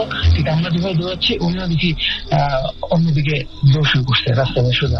আমরাও তাকে পাওয়ার জন্য দৌড়াচ্ছি, সে সোজা ওইদিকে দৌড়াচ্ছে। আমার তখন মনে হলো যে সে মনে হয় আমাদের ভয় পেয়েছে। তো দাদু বললো যে হুজুর ভয় পেন না, আমরা মানুষ। সে কোনো দিকে কোনো ভ্রুক্ষেপ না করে সোজা দৌড়াচ্ছে, তো দৌড়াচ্ছে, আমরা দৌড়াচ্ছি পিছিয়ে। হঠাৎ দেখলাম কি পাশে একটা খাল, আমাদের রাস্তার দুপাশে মোটামুটি লম্বা খাল, যেখানে মাটি কেটে রাস্তাটা বানানো হয়েছিল। তো জঙ্গল ওই পাশে, সে খালের মধ্যে হুজুরটা লাফ দিয়ে 1 হাঁটু পানি হবে, দৌড়ে কাদা পানি মেখে সে দৌড়ে উঠে একটা ওই বাঁশঝাড়ের ভিতর দিয়ে একটা বাড়ি দেখা যাচ্ছিল, সেই বাড়ির ভিতরে চলে গেল।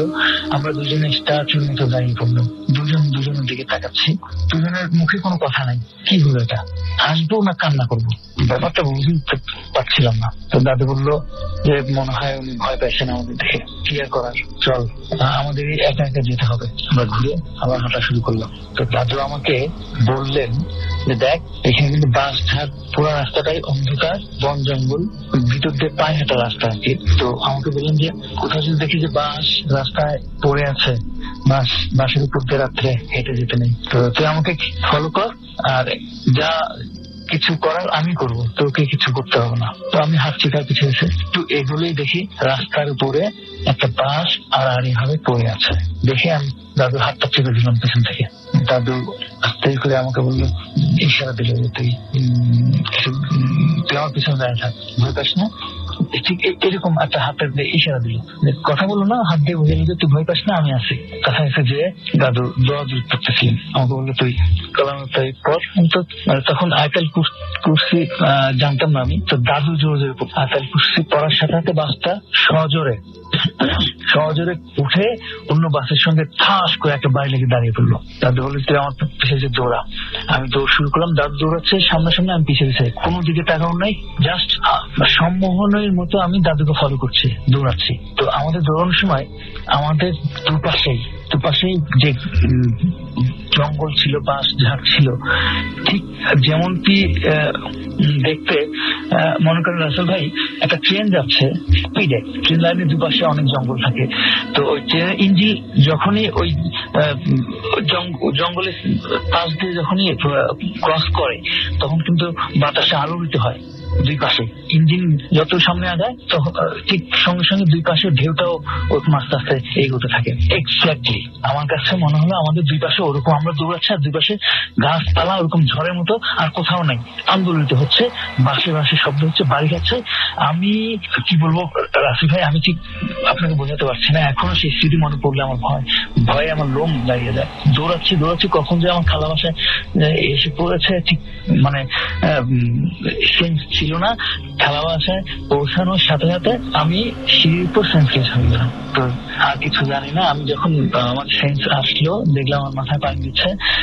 রাত তখন প্রায় 2টা 2:30, পাশে হুজুর ছিলেন, দেখে যে উনি আমাকে ঝাড় ফুঁক দিলেন, দোয়া করে আমার গায়ে ফুঁক দিলেন। আমার খালামণি লবণের শরবত গুলিয়ে আমাকে খাইয়ে দিলেন আর কি।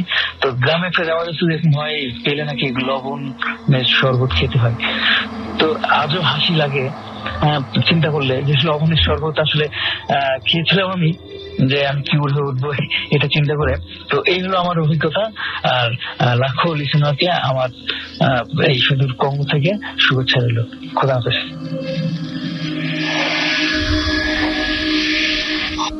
FM haunted by Airtel.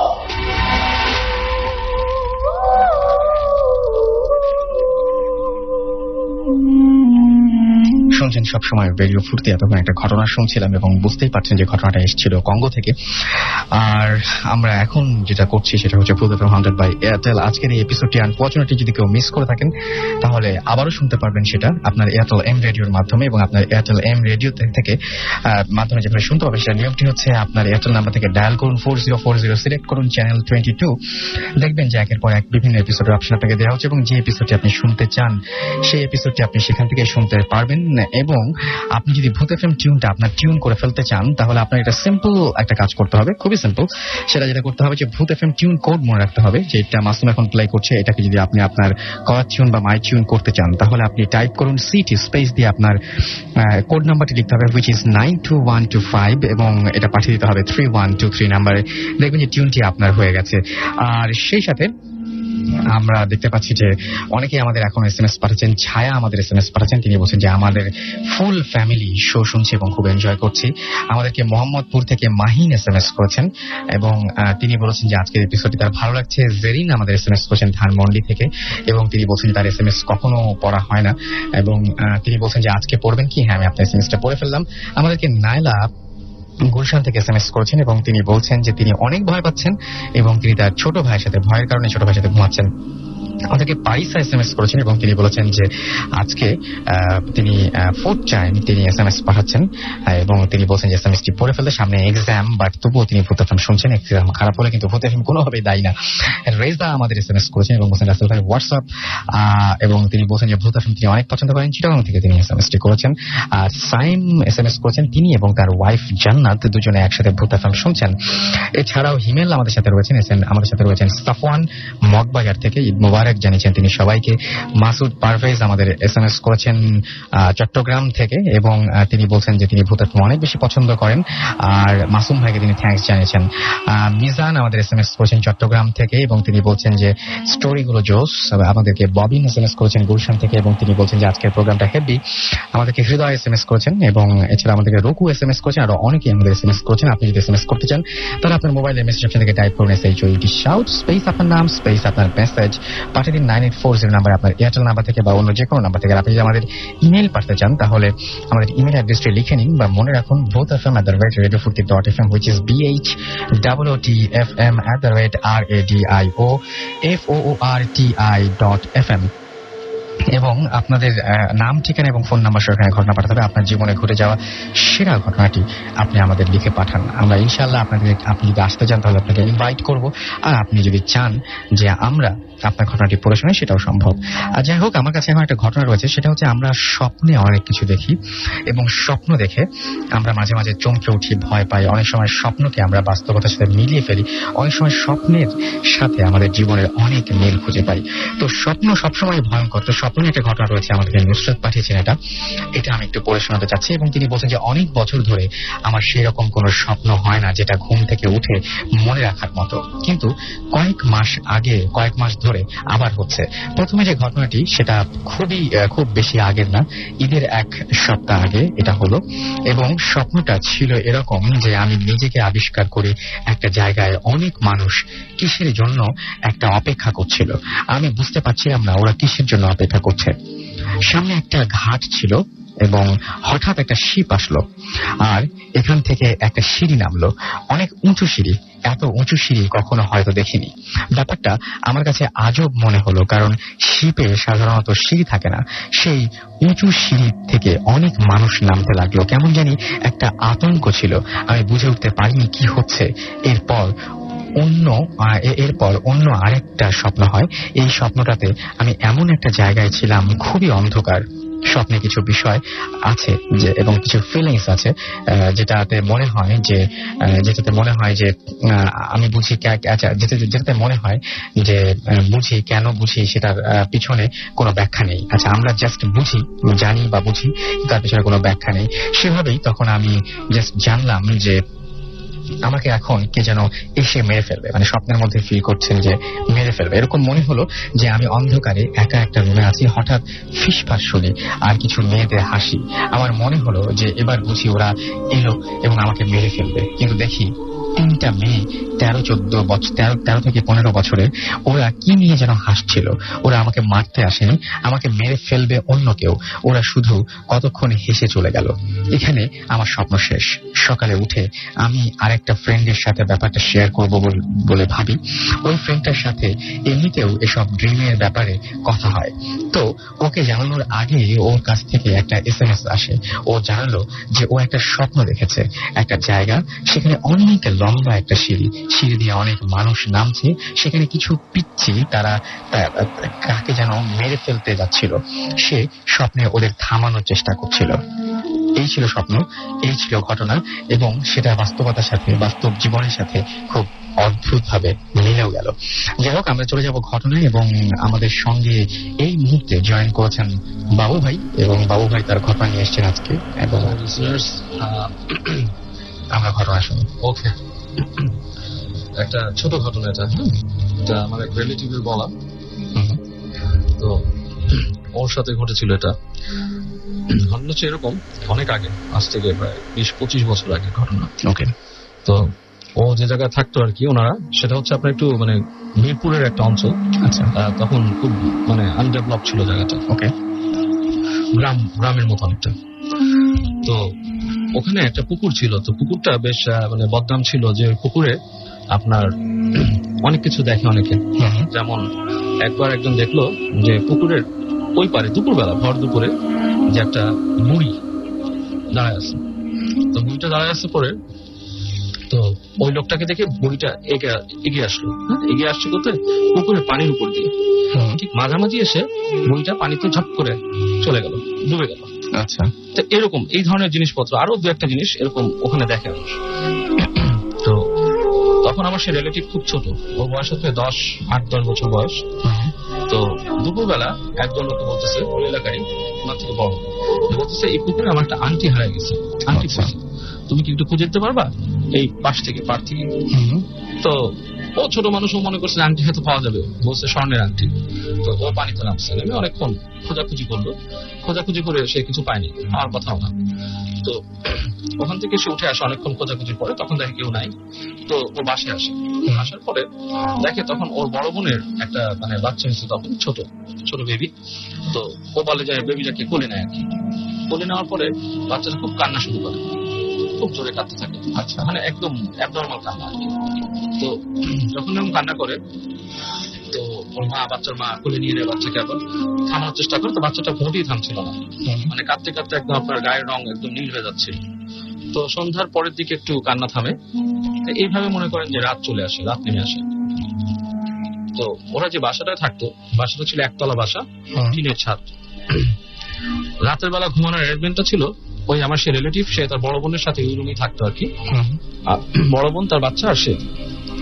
তো ওরা যখন ঘুমায় আছে, এই সময় রাতের বেলা ও দেখলো, রিলেটিভটা দেখলো যে বাসার যে জানালা আছে ওখানে জোরে বাতাস আসলো। বাতাস এসে পর্দাটা একটু নড়লো। তারপর ঠিক জানলার সামনে একটা মানুষের মতো অবয়ব দাঁড়ানো, এবং মানুষটা যে মানে যারা আছে মানুষ ঠিক না, যে অবয়বটা দাঁড়ানো, তার মুখটা অনেকটা পাখির ঠোঁটের মতো লম্বা, বেশ লম্বা টাইপের একটা। তো সেই জিনিসটা, এবং মানে বেশ ছায়ার মধ্যে কালো রং বোঝা যাচ্ছে, সেটা হেঁটে হেঁটে হেঁটে আসলো। আস্তে আস্তে হেঁটে হেঁটে এসে ঠিক ওই ওদের মাথার কাছে এসে দাঁড়ালো। দাঁড়ায় হাত দিয়ে বাচ্চাটাকে ধরার চেষ্টা করতেছে। তখন সে তার বোনকে ডাক দিল, বুঝলো, বোনকে ডাক দিল। বোন ঘুম থেকে উঠে বাচ্চাটা কান্না শুরু করলো, এবং বাচ্চাটা কাঁদতেই থাকলো সারা ভোরের দিকে। আবার বাচ্চার কান্না থামছে, আবার সবাই ঘুমাতে গেছে। তো বড় বোন এটাকে আমলে নিয়ে নিয়ে ছোট মানুষ কি বলতেছে, বাট এগেইন আবার ঘুমানোর চেষ্টা করছে। তখন ও আবার দেখে ঠিক ওই জিনিসটাই, সেই ঠোঁটের মতো লম্বা দাঁড়ায় আছে দূর থেকে, এবং মানে হাতগুলা বাড়িয়ে দিচ্ছে সামনে। এবং তখন সে ভয় পেয়ে আবার সে ডাক দিল। ডাক দেওয়ার পরে আবার ওই বনুটা বাচ্চাটাও কান্না শুরু করলো।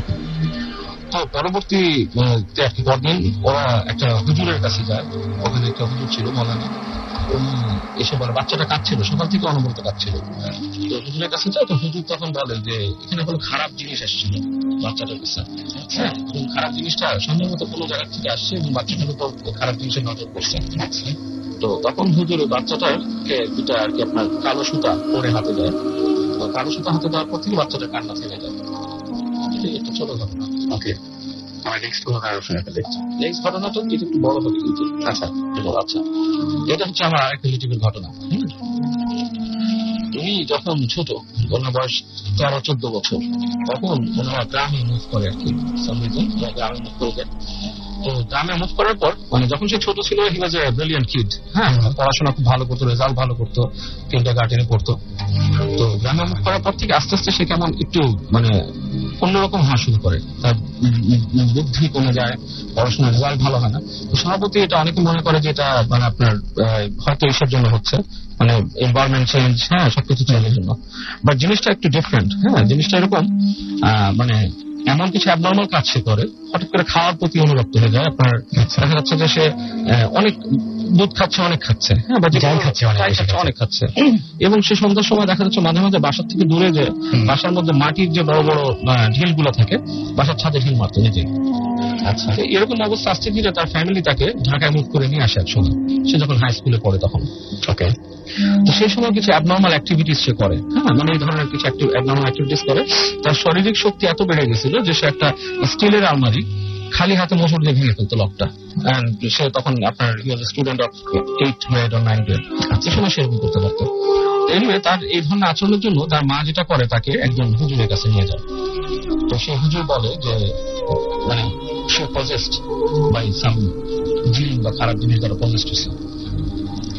তো বিভিন্ন ভাবে হুজুর রেমেডি দেয় ঠিক করার জন্য। তার মধ্যে একটা রেমেডি ছিল যে তার গায়ে কাঁচা হলুদ মেখে আপনার নদীর পানি নিয়ে, উজান বা ঘাটি এরকম কোনো পানি নিয়ে তাকে 3 রাস্তার মোড়ে যে গোসল করাবে, 3 দিন করতে হবে। আচ্ছা, লাস্টের দিন পেছন ফিরে চলে আসতে হবে, তাকাতে পারবে না পেছন। তো প্রথম দিন ইট ওয়েন্ট নর্মাল, তাকে নিয়ে যাওয়া হয়, সে গোসল করে। সেকেন্ড দিনও নিয়ে যায়, সে গোসল করে। থার্ড দিন সে বেঁকে বসে, সে গোসল করবে না। আচ্ছা, মানে সে একদমই গোসল করবে না, মানে সে মানে বেঁকে বসে করবে। এনিওয়ে, সম্ভব হয় না। তো সেই রিলেটিভ একদিন আমাদের বাসায় থাকতে আসে। আমার সম্পর্কে মামা আমাদের বাসায় থাকতে আসে। আসার পরে উনি বলছে আমার কাছে যে আমার একটা ফ্রেন্ড আছে, আমার ফ্রেন্ড আছে, মানে সে দেখতে এরকম, বর্ণনা দিচ্ছে, হ্যাঁ, যেরকম যে সে দেখতে এরকম আপনার কালো রঙের, she is very beautiful and everything, সে আমার সাথে আসে, আমরা কথা বলি, হ্যাঁ, we have good times together। তো আমি প্রথম ভাবতাম যেটা তার ফ্যান্টাসি, আমি ওইটাই চিন্তা করে নিছি যে তার ফ্যান্টাসি হবে। এনিওয়ে, তো সে আমাকে বলতেছে যে আমাকে বলছে তোমাদের বাসা আসলে আমি যাতে একলা রুমে থাকি, একলা যে রুমটা আছে ওটাতে যাতে আমি থাকি, তোমাদের কারোর সাথে থাকতে না। তা আমি বলছি এটা কোনো কথা নাকি, একলা রুমে কেন থাকবে, আমি ট্রেনে তাকে নিয়ে আসি, আমার রুমে থাকে। তো ঠিক তখন বাজে রাত 1টার মতন, হ্যাঁ, পুরো বাসা নির্ঝুম, আশেপাশের পরিবার সব নির্ঝুম হয়ে গেছে রাত। এই সময় হঠাৎ সে আমাকে বলতেছে যে ও আসছে। তাই বলে ও আসছে মানে যার বর্ণনা সে আগে দিয়েছে। আমি বললাম যে কোথায়? হঠাৎ আমি দেখলাম যে আমার যে দরজাটা, ওটার মধ্যে খুব জোরে কেউ ধুপ করে একটা নক করলো, নক ঠিক না, কিল মারার মতো, খুব জোরে। আমি মানে অবাক হয়ে গেছি, দরজা কিল মারলো কে? দরজা কিল মারা কেউ নেই। আমি সাথে সাথে কে বলে বেরোলাম, বেরোয় দরজা খুললাম, খুলে দেখি আমাদের তখন একতলা বাড়ি, উঠানটার মধ্যে কেউ নাই, পুরো ফাঁকা একটা উঠান।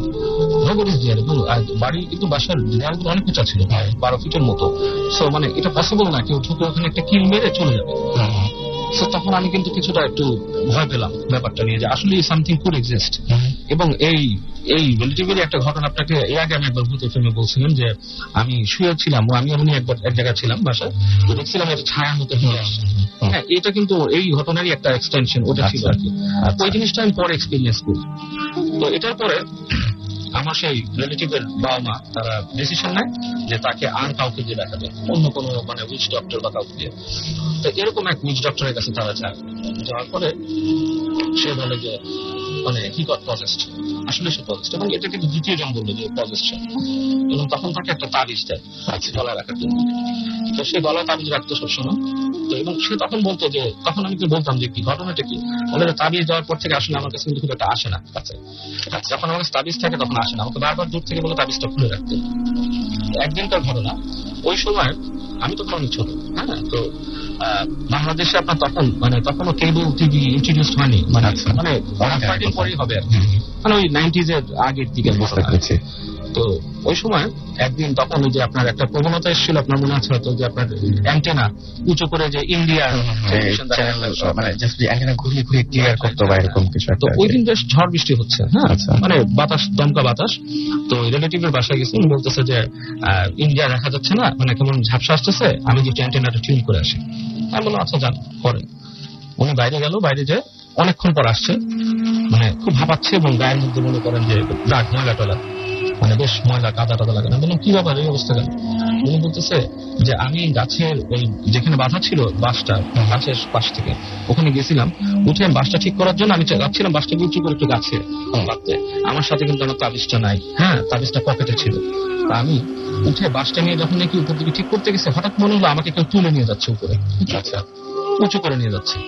এবং আমি তখন খুব ভয় পেয়েছি যে আমার হাতের নিচে কোনো সাপোর্ট নাই, মানে ডাল টাল কিছু করে নেই, উঠে যাচ্ছে উপরে। তো এই সময় আমার হঠাৎ তাবিজটার কথা মনে হচ্ছে, আমি তাবিজটাকে পকেটে হাত দিয়ে ধরছি, সাথে সাথে আমাকে ফেলে দিচ্ছে। আচ্ছা, আমি ধপ করে নিচে পড়ছি। তো জিনিসটা সিরিয়াস। তার বাবা মা যখন শুনছে, শোনার পরে তারা চিন্তা করলো না এটার একটা ইমিডিয়েটলি অ্যাকশন নেওয়া দরকার। তো তারা কি করলো, ওই একটা আপনার একটা এক্সরসিজম, মানে আমাদের ইসলামিক কাজে ওটার একটা আয়োজন করলো।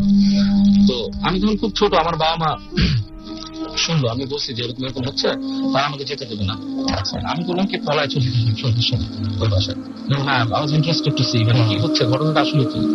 তো যাওয়ার পর দেখলাম যে যেখানে বসবে ওটাকে, মানে আপনার এক্সারসাইজের যে রুমটা, সেটা খুব অন্ধকার, বেশ অন্ধকার, কেউ নাই। যিনি এক্সারসাইজ করবেন তিনি এক ভদ্র মহিলা, ওনার ঘরে নাকি জিন আসে।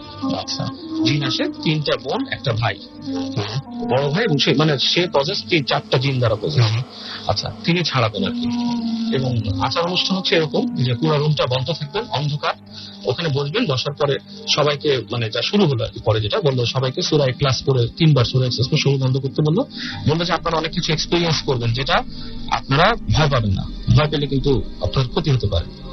তো একটা টাইমে শুরু হলো, উনি কি দোয়া পড়লেন এবং আগরবাতি জ্বালানো, মানে এনভায়রনমেন্টটা একটু অন্যরকম। আমি ছোট বয়সে চিন্তা করছিলাম যে এর কোনো মানে বোগাস কিছু নাকি, হ্যাঁ, মানে হতে পারে মানুষের সেট আপ বা সামথিং হতেই পারে।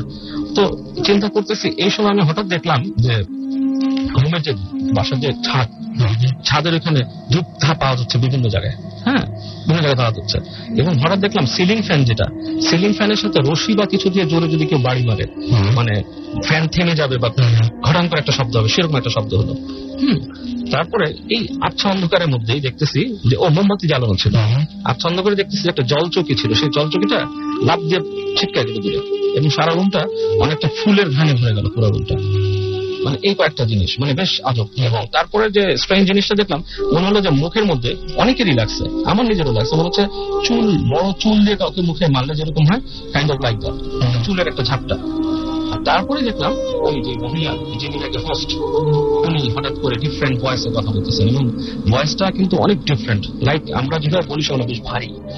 আজকে একটা মহিলার গলা থেকে অনেক ভারী একটা ভয়েসে উনি বলতেছেন, আমি এসছি, আমার নাম অমুক, হ্যাঁ, সালাম দিল সবাইকে যে আমি এসছি, আমাকে কেন ডাকা হচ্ছে। তখন বলতেছে ওই যে রিলেটিভের বাবা, সে বলতেছে যে আমার ছেলেকে এরকম প্রসেস করছে আমি শুনছি, তো আমি হেল্প চাচ্ছি আপনাদের যে ওকে ছাড়ানো হোক। তো এটা বলার পরে ও বললো যে হ্যাঁ আমি জানি যে ওকে প্রজেস্ট করছে, আপনার ছেলের নাম কি অমুক? বললো হ্যাঁ, পুরো নামটাই বললো। এই এত ওর জন্ম কি এত সালে? বললেন হ্যাঁ। তো বলছে আমি জানি তাকে প্রজেস্ট করছে, এবং প্রজেস্ট করছে কোথায়, তখন নাকি তার বয়স 13 বা 14 সামথিং লাগছে, তখন মনে আসতেছে exactly। বলছে তখন সে গ্রামের একটা শ্মশান ঘাটের পার দিয়ে যাচ্ছিল সন্ধ্যের সময়, ঠিক ওই সময় ওকে দেখে তার ভালো লাগছে এবং সে প্রজেস্ট করছে। এনিওয়ে, আমি দেখি কি করা যায়, আপনারা বসেন। তারপর উনি অনেকক্ষণ চুপচাপ থাকলো, একদম নিঝুম পুরো পরিবেশটা। হঠাৎ করে দেখলাম যে একটা ভয়েস কথা বলতেছে, মানে ভয়েসটা এমনই আপনার সাধারণ মানুষের ভোকাল কর্ড দিয়ে বেরোনোর মতো না, মানে ইঁদুর যদি কথা বলে, just like that.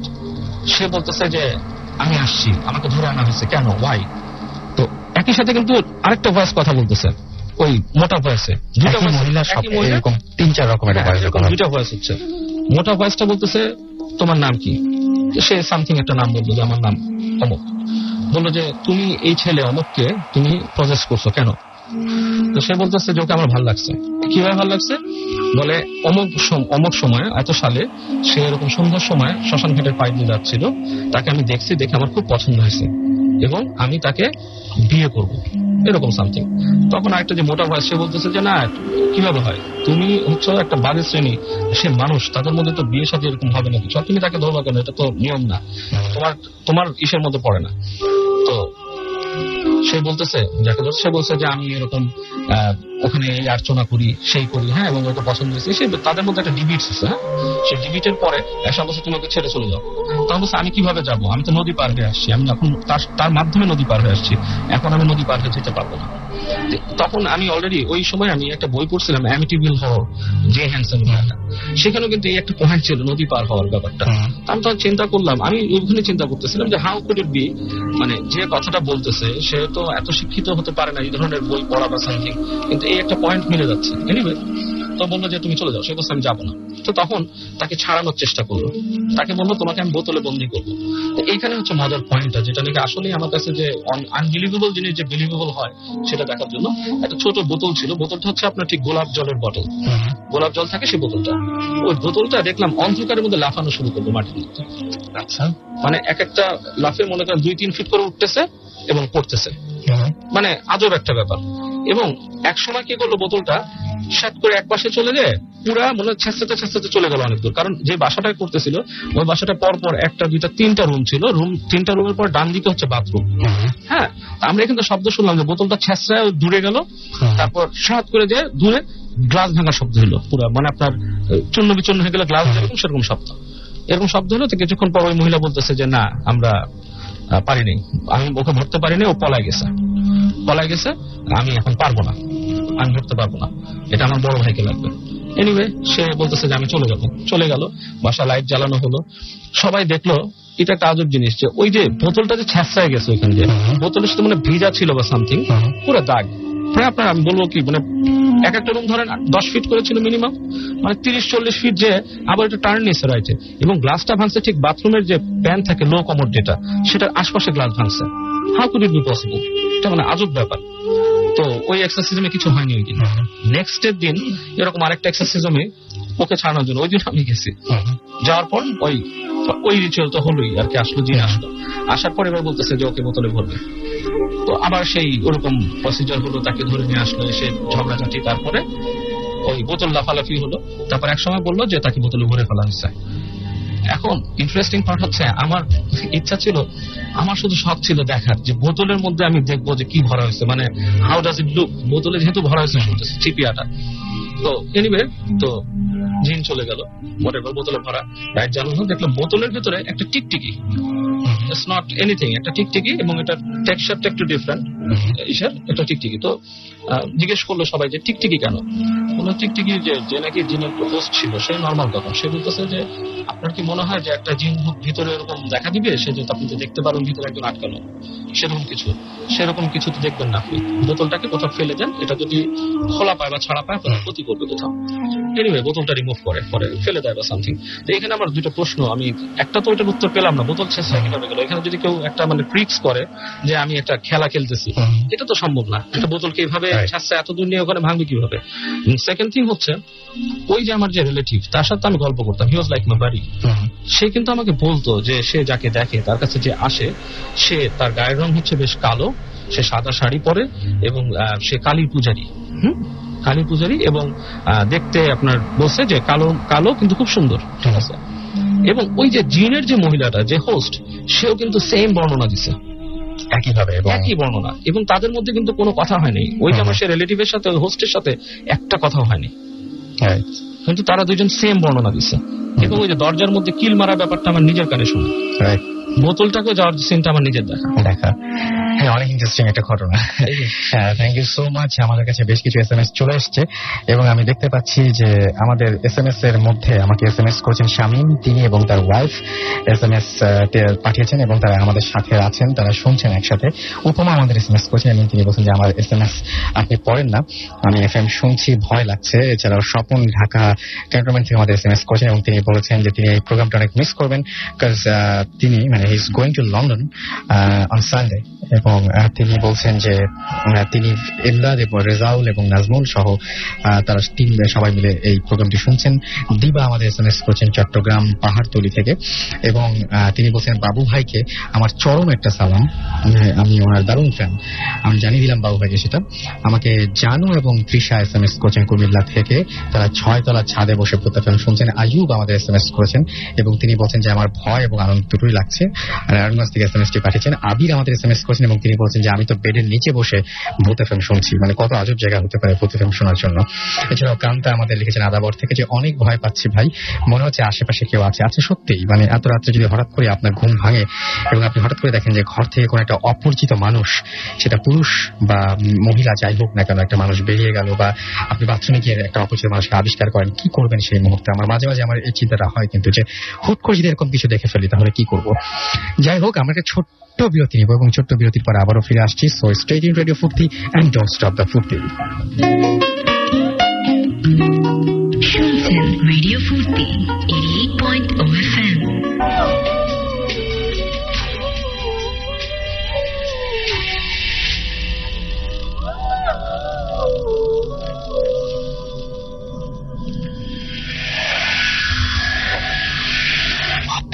FM, haunted by Airtel.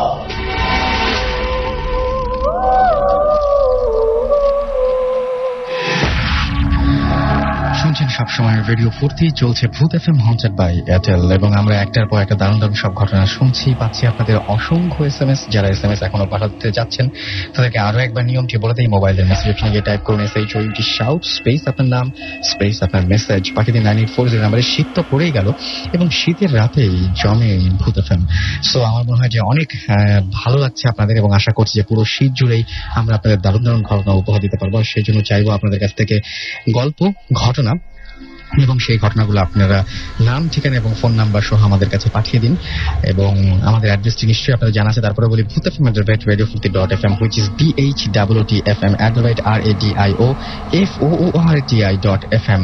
আপনারা যারা দেশের বাইরে রয়েছেন এবং যারা এখানে এসে উপস্থিত হতে পারছেন না, কিন্তু ঘটনাটা অনেক বড়, তারা ইচ্ছা করলে আমাদেরকে রেকর্ড করে আপনার ঘটনাটি পাঠিয়ে দিতে পারেন, এবং সেই অডিও ক্লিপটি যদি ভালো লাগে আমাদের, তাহলে আমরা অবশ্যই প্লে করব।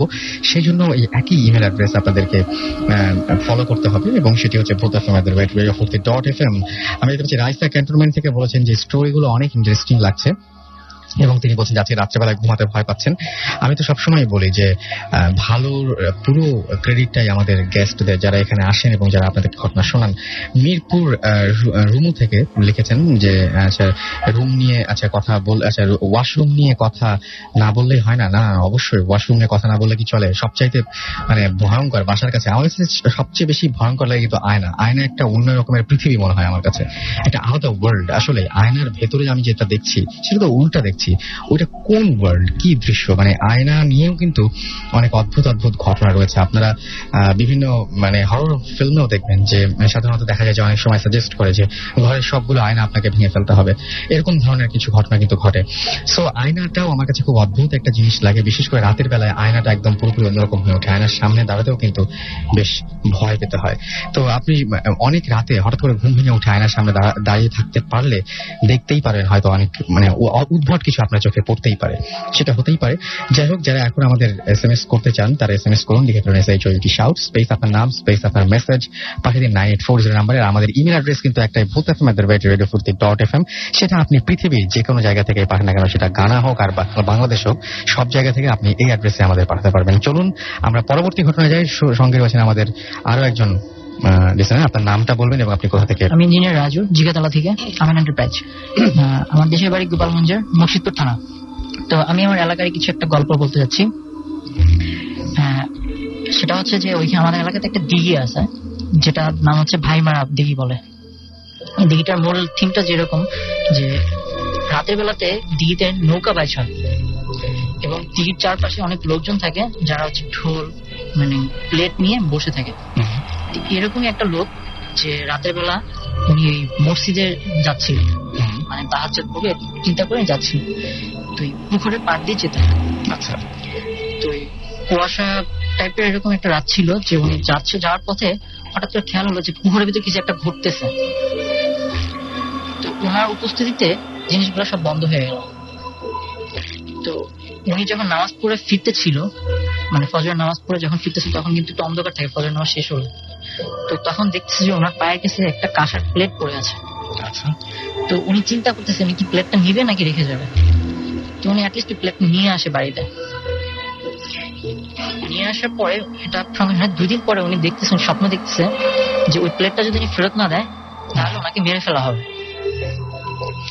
তো উনি প্লেটটা ফেরত দেওয়ার চিন্তা ভাবনা করে, কিন্তু ওনার ওয়াইফ প্লেটটা ফেরত দেয় না। আচ্ছা, যার কারণে ওনার প্রবলেম হয় যে উনি ফেরত দিতে চায় না।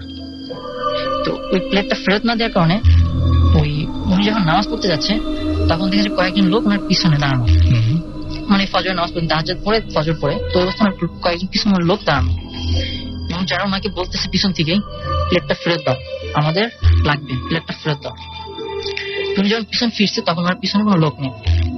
উনি মসজিদে গেছে, তাহাজ্জুদ পড়ছে, তাহাজ্জুদ পড়ে উনি আর নামাজ দিতে আজান দিতে পারে নাই। তার আগেই নাকি উনি ওইখানে সেন্সলেস হয়ে যায়। যে সেন্সলেসে ওনার এখন পর্যন্ত উনি মানে একটা সাইড পুরো হয়ে থাকে, ওনার প্যারালাইজড হয়ে থাকে। উনি ওই ভাষাতে, মানে ওনার যে ভাষাতে, ওই ভাষাতে উনি বলে যে আমাকে যখন নামাজ তাহাজ্জুদ নামাজ পড়ে সালাম ফিরিয়ে মানে পুরো সালামটা কমপ্লিট করি, তখন আমারে পিছন থেকে কেউ একজন চিবিয়ে ধরে, আমাকে আর উঠতে দিচ্ছে না এখানে বসা অবস্থায়। তো অনেক জোরাজোরি করার পর উনি উঠতে পারেন এখান থেকে। তো ওই আঘাতটাই ওনাকে লেগে আছে, যে কারণে উনি এখন প্যারালাইজড অবস্থায় আছে। আচ্ছা, আর একটা ছোট স্টোরি আছে, সেটা হচ্ছে আমার ছোট বোন, মানে চাচাতো বোন, অনেক সুন্দর ছিল ছোটবেলা থেকে। ওর নাম হচ্ছে, ডাক নাম হচ্ছে রেহানা। আচ্ছা, ও একটু নামাজ পড়তো এবং ফরেস্ট গেট টাইপের ছিল। তো আমাদের ওইদিকে একটা নাম করা মাদ্রাসা আছে, ঘরডাঙ্গা মাদ্রাসা।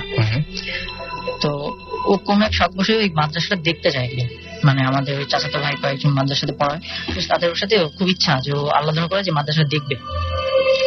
তো সেই সময়তে মাদ্রাসায় যায়। তো ও তখন ক্লাস 7-এ পড়ে। এই ঘটনা ঘটছে আরো কিছুদিন পরে, যখন উনি ক্লাস 9-এ উঠে, তখন ঘটনা ঘটে। ও একটা জিন্দার পজিস্ট হয়, জিন্দার পজিস্ট হয়। তো ওই সংক্ষিপ্ত করে ফ্ল্যাগ দেয়। তো আমরা ওই এক মৌলানাকে আনা হয়, যে ওনার প্রবলেমটা আমরা বুঝতে পারি। এবং যে মানে জিনটা আসছে সে খুব শুদ্ধ ভাষায় কথা বলতেছে, এবং তার স্টার্টটা ছিল এরকম আসসালামু আলাইকুম দিয়ে যে শুরু করছে। এবং তখন তাকে জিজ্ঞেস করলে তুমি কেন ওকে ধরছো, তখন সে বলতেছে যে ও খুব ফরেস্ট গার্ড, এবং যদি মানে মূল থিমটা এরকম যে ওকে যদি বিয়ে দেওয়া হয়, মানে আমি যদি চলে যাই, ওকে যদি বিয়ে দেওয়া হয় তাহলে বিয়েটা ভেঙে যাবে। তো আমি আরো সংক্ষিপ্ত করেছি, কিন্তু বিস্তারিত না যাই। ওকে ও ছেড়ে দেয়, ছেড়ে দেওয়ার পরে বিয়ে দেয়, বিয়ে দেওয়ার ঠিক 1.5 মাস পরে বিয়েটা ভেঙে যায়, কোনো কারণ ছাড়াই। হ্যাঁ, ডিভোর্স দিয়ে দেয় ওকে। এটা হচ্ছে 11 ঠিক লাস্টের দিকে, নভেম্বর ডিসেম্বর দিকে আবার সে পজিটিভ। তখন আবার ওকে আমরা সেই হুজুরের মাধ্যমে ওকে আবার মানে আনা হয়। তখন বলে যে ওকে বিয়ে দেন। তো বলছে তুমি ছাড়বে না, বলে আমি ছেড়ে দিলে ওর জীবন অনেক ক্ষতি হবে, ওর একটা বাচ্চা হবে, ওই বাচ্চাটা যতদিন পর্যন্ত আমার মাদ্রাসায় এসে পড়াশোনা না করবে ততদিন পর্যন্ত ওর জীবনে কোনো বিপদ কাটবে না। যদি আমাকে ছেড়ে যাই তাহলে ওর জীবনে কন্টিনিউয়াস বিপদ থাকবে, আমি থাকবো, ওর কোনো ক্ষতি করবো না, আমার দ্বারা কোনো ক্ষতি হবে না। পছন্দ হয়ে যাচ্ছে জিনিসটাতে। তো ও মানে এখন ওর একটা মানে আমার সঙ্গে ওর একটা বেবি হয়েছে এখন, এবং প্রতিদিন রাত্রেই আমাদের বাড়িতে একটা কোরআন তেলাওয়াতের শব্দ আসে গভীর রাত্রে। এবং এইবার ঈদে যে আমি আমার যে ফ্লোরটাতে থাকি, আমি রুমটাতে থাকি, পাশের রুমেই হচ্ছে আমার চাচার বাড়িটা, ওর রুমটা ওইখানে, ওর বেবিটা নিয়ে ওইখানেই থাকে। তো বাড়ির নর্মাল ওর সাথে কথাবার্তা হয়েছে। তো আমি অনেক রাত মধ্যে টিভি দেখি, আমার অভ্যাসে রাত 2টা-3টার আগে আমার ঘুম হয় না ফ্রিতে মানে অফতে থাকলে। তো আমি কোরআন শরীফ শুনতে পাচ্ছি, তাই মনে হচ্ছে যে আমাদের বাড়িতে যেহেতু মানে বাচ্চা আছে বা থেকে শব্দ হতে পারে, ঈদের সময় অনেক কথাবার্তা হতে পারে। তো আরো যখন ক্লিয়ার হয় তখন ঠিক কোরআনের শব্দ। তো আমি উঠে পুরো আমাদের বাড়িটা, আমার ঘরটা পুরো এল সিস্টেমের, অনেক বড়, যে একটা পুরো আমাদের ঘরটা রাউন্ড দিতে প্রায় 3 মিনিট লাগে। পুরো ঘরটাই মুভ করি যে কোথাও কোন লোকজন আছে কিনা বা এরকম আছে কিনা। তো না, জিনিসটা ওরকম না, ডিফারেন্ট টাইপের একটা সাউন্ড, এবং সেটা কোরআন তেলাওয়াতে পুরো স্পষ্ট আমি বুঝতে পারছি। তো আমি এমনি খুব ভয় পাই, আমি একা থাকতে প্রচন্ড রকম ভয় পাই, জিনিসটা আরো বেশি ভয় লাগতেছে আমার। তো আমি একটু দরজা ফাঁকা করে, মানে জানলা দরজা ফাঁকা করে একটু দেখতেছি, পুরো সাউন্ড আমার কানে লাগতেছে একজন কোরআন তেলাওয়াত করতেছে। পরের দিন সকালে যখন আমার বোনটা জিজ্ঞেস করি কি ব্যাপার, রাত্রে কি কোরআন তেলাওয়াত করছিলি তুই? না ভাইয়া। কি হয়েছিল?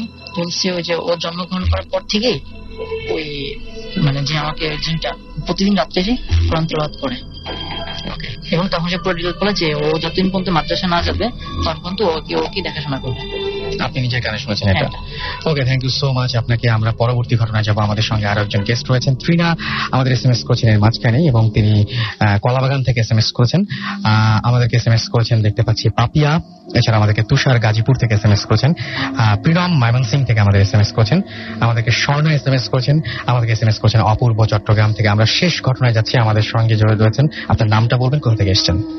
হ্যালো লিসেনার্স, আমি সিফাত জাবের আহমেদ। আমি ঢাকা রেসিডেন্সিয়াল মডেল কলেজে পড়ি, আর HSC ফার্স্ট ইয়ার। আর আমি মোহাম্মদপুরের সেকেটেক এলাকায় থাকি। আমি এখন যে ঘটনাটা বলবো সেটা হলো আমাদের বাসা নিয়ে।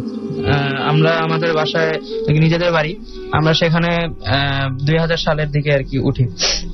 আর প্রথম দিকে আমাদের বাসা ছিল নিচতলা। সো আর কি প্রথম দিকে তেমন কোনো প্রবলেম না হলেও একটা সময় গিয়ে আর কি আমরা বিভিন্ন রকম সাউন্ড পাওয়া শুরু করি, যে ছাদের উপরে কেউ দৌড়াচ্ছে বা লাফালাফি করছে, এরকম টাইপের সাউন্ড। তাও আমরা প্রথম দিকে এগুলো আর কি কেয়ার করি না। পরে একটা সময় গিয়ে আর কি মনে হলো যে না, এগুলো আসলে খুব অস্বাভাবিক ব্যাপার, যে এরকম তো সাউন্ড হওয়ার কথা না। সো একদিন আমি আর আমার ভাই ছাদের উপর যাই এরকম দুপুর টাইমে। যাওয়ার পরে দেখি সাউন্ড পেয়ে ছাদে যাওয়ার পরে দেখি সাউন্ড অফ প্লাস আর কি কিচ্ছু নেই ছাদে। আর ওই সময়টাতে আমি ছিলাম ছাদের এক কোণার দিকে। দেন আমি আর কি হঠাৎ করে ফিল করতে লাগলাম যে আর কি আমি আর কি আস্তে আস্তে হাওয়ায় ভেসে ছাদ থেকে বের হয়ে যাচ্ছি, এবং একটা টাইমে আর কি আমি নিচে পড়ে যাই, নিচে পড়ে আর কি হাত পা ছেলে যায়। সো এটা ছিল আমার প্রথম ঘটনা। আর এরপরে ঘটনা যেটা, সেটা হলো আমার ভাইয়ের ফেস করা, সেটা আমাদের বাসাতেই। সেটা হলো আর কি আমার ভাই একটা সময় আর কি যখন রাতে বেলা ঘুমাতো, তখন দেয়ালের সাইড থেকে খাটের সাথে দেয়ালের দিক থেকে কেউ তাকে আর কি টেনে আর কি দেয়াল ভেঙে বের করে নিয়ে যাওয়ার কি এরকম ট্রাই করতো, কিন্তু আর কি সেটা তো সম্ভব না। সো আর কি এটা হতো না আর কি। পরে আমার ভাইয়ের ঘুম ভেঙে গেলে আর কি সে চিৎকার করে উঠতো। এরকম পরে আমরা এইভাবে এই অবস্থায় আমার ভাই আর কি অনেক দিন কি দেখেছি। পরে আরেকটা ঘটনা এরকম দেখেছে যে মাঝে মাঝে আমাদের রুমের গেট খোলা থাকে, তখন আর কি দেখতে পায় যে রুমের ভিতরে কিছু একটা প্রবেশ করছে, যেমন আর কি কুকুর টাইপ এরকম প্রবেশ করে অন্ধকারে মিলে যাচ্ছে, এরকম ব্যাপার। ওকে, থ্যাংক ইউ সো মাচ আপনার ঘটনাগুলোর জন্য। আমাদের হাতে আজ সত্যিই সময় নেই, আমাদের শেষ করতে হবে। এবং আমরা আবার যাওয়ার আগে বলে যাই যে আপনারা যারা তখন SMS করলেন, অনেকে SMS আমি পড়তে পারিনি, I am really sorry for that. And অনেকেই হয়তো আমাদেরকে এখন SMS পাঠাতে থাকছেন। আমরা চাইবো যে আপনারা আমাদেরকে সবসময় আমাদের সঙ্গে এভাবে থাকবেন এবং আমাদেরকে আপনাদের জীবনের সেরা ঘটনাগুলো ইমেল করে পাঠাবেন। এবং আমাদের ইমেল অ্যাড্রেসটি আরো একবার আপনাদেরকে মনে করে দিচ্ছি, bhutfm@radiofurti.fm। দয়া করে কেউ শুধুমাত্র ফোন নাম্বার এবং আপনার ঠিকানা দিয়ে বলবেন না যে আমাকে স্টুডিওতে ইনভাইট করুন, কারণ আপনার ঘটনাটি সঙ্গে থাকাটা খুবই খুবই খুবই জরুরি। আর অনেকে হয়তো হতাশ হয়ে যান যে আপনাকে কেন ডাকা হচ্ছে না। আসলে অনেকেই ইমেল পাঠান এবং সবসময় আমরা যে চেষ্টা করি সেটা হচ্ছে যে সবচাইতে ভালো ঘটনাগুলোকে সামনে নিয়ে আসার জন্য। সো আপনার ঘটনা যদি ভালো হয়, যদি আপনি একবার ব্যর্থ হন, তাহলে আবারও আপনাকে আমি সাজেস্ট করবো যে আরো একবার আপনি ট্রাই করুন। এবং এক সময় না এক সময় নিশ্চয়ই, মানে যদি আপনার ঘটনা ভালো হয় তাহলে ডেফিনেটলি আপনাকে আমরা ইনভাইট করবোই।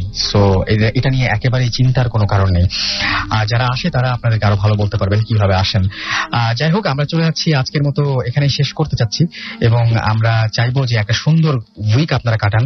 ফিরে আসবো আবারও আগামী সপ্তাহে, আগামী শুক্রবারে ঠিক রাত 11:59 নতুন অতিথি এবং নতুন ঘটনা নিয়ে। সেই পর্যন্ত সবাই ভালো থাকবেন, সুস্থ থাকবেন, সুন্দর থাকবেন, মোস্ট ইম্পর্টেন্টলি ফুর্তি থাকবেন। এবং আজকে আমরা চলে যাচ্ছি, বাট আমাদের প্লেলিস্ট জুড়ে রয়েছে দারুণ দারুণ সব গান, যেগুলো আপনাকে আপনার বাকি রাতটাকে অনেক সুন্দর করবে। সো স্টে টিউনড রেডিও ফুর্তি এন্ড ডোন্ট স্টপ দ্য ফুর্তি। আজকের মতো এখানেই, টাটা।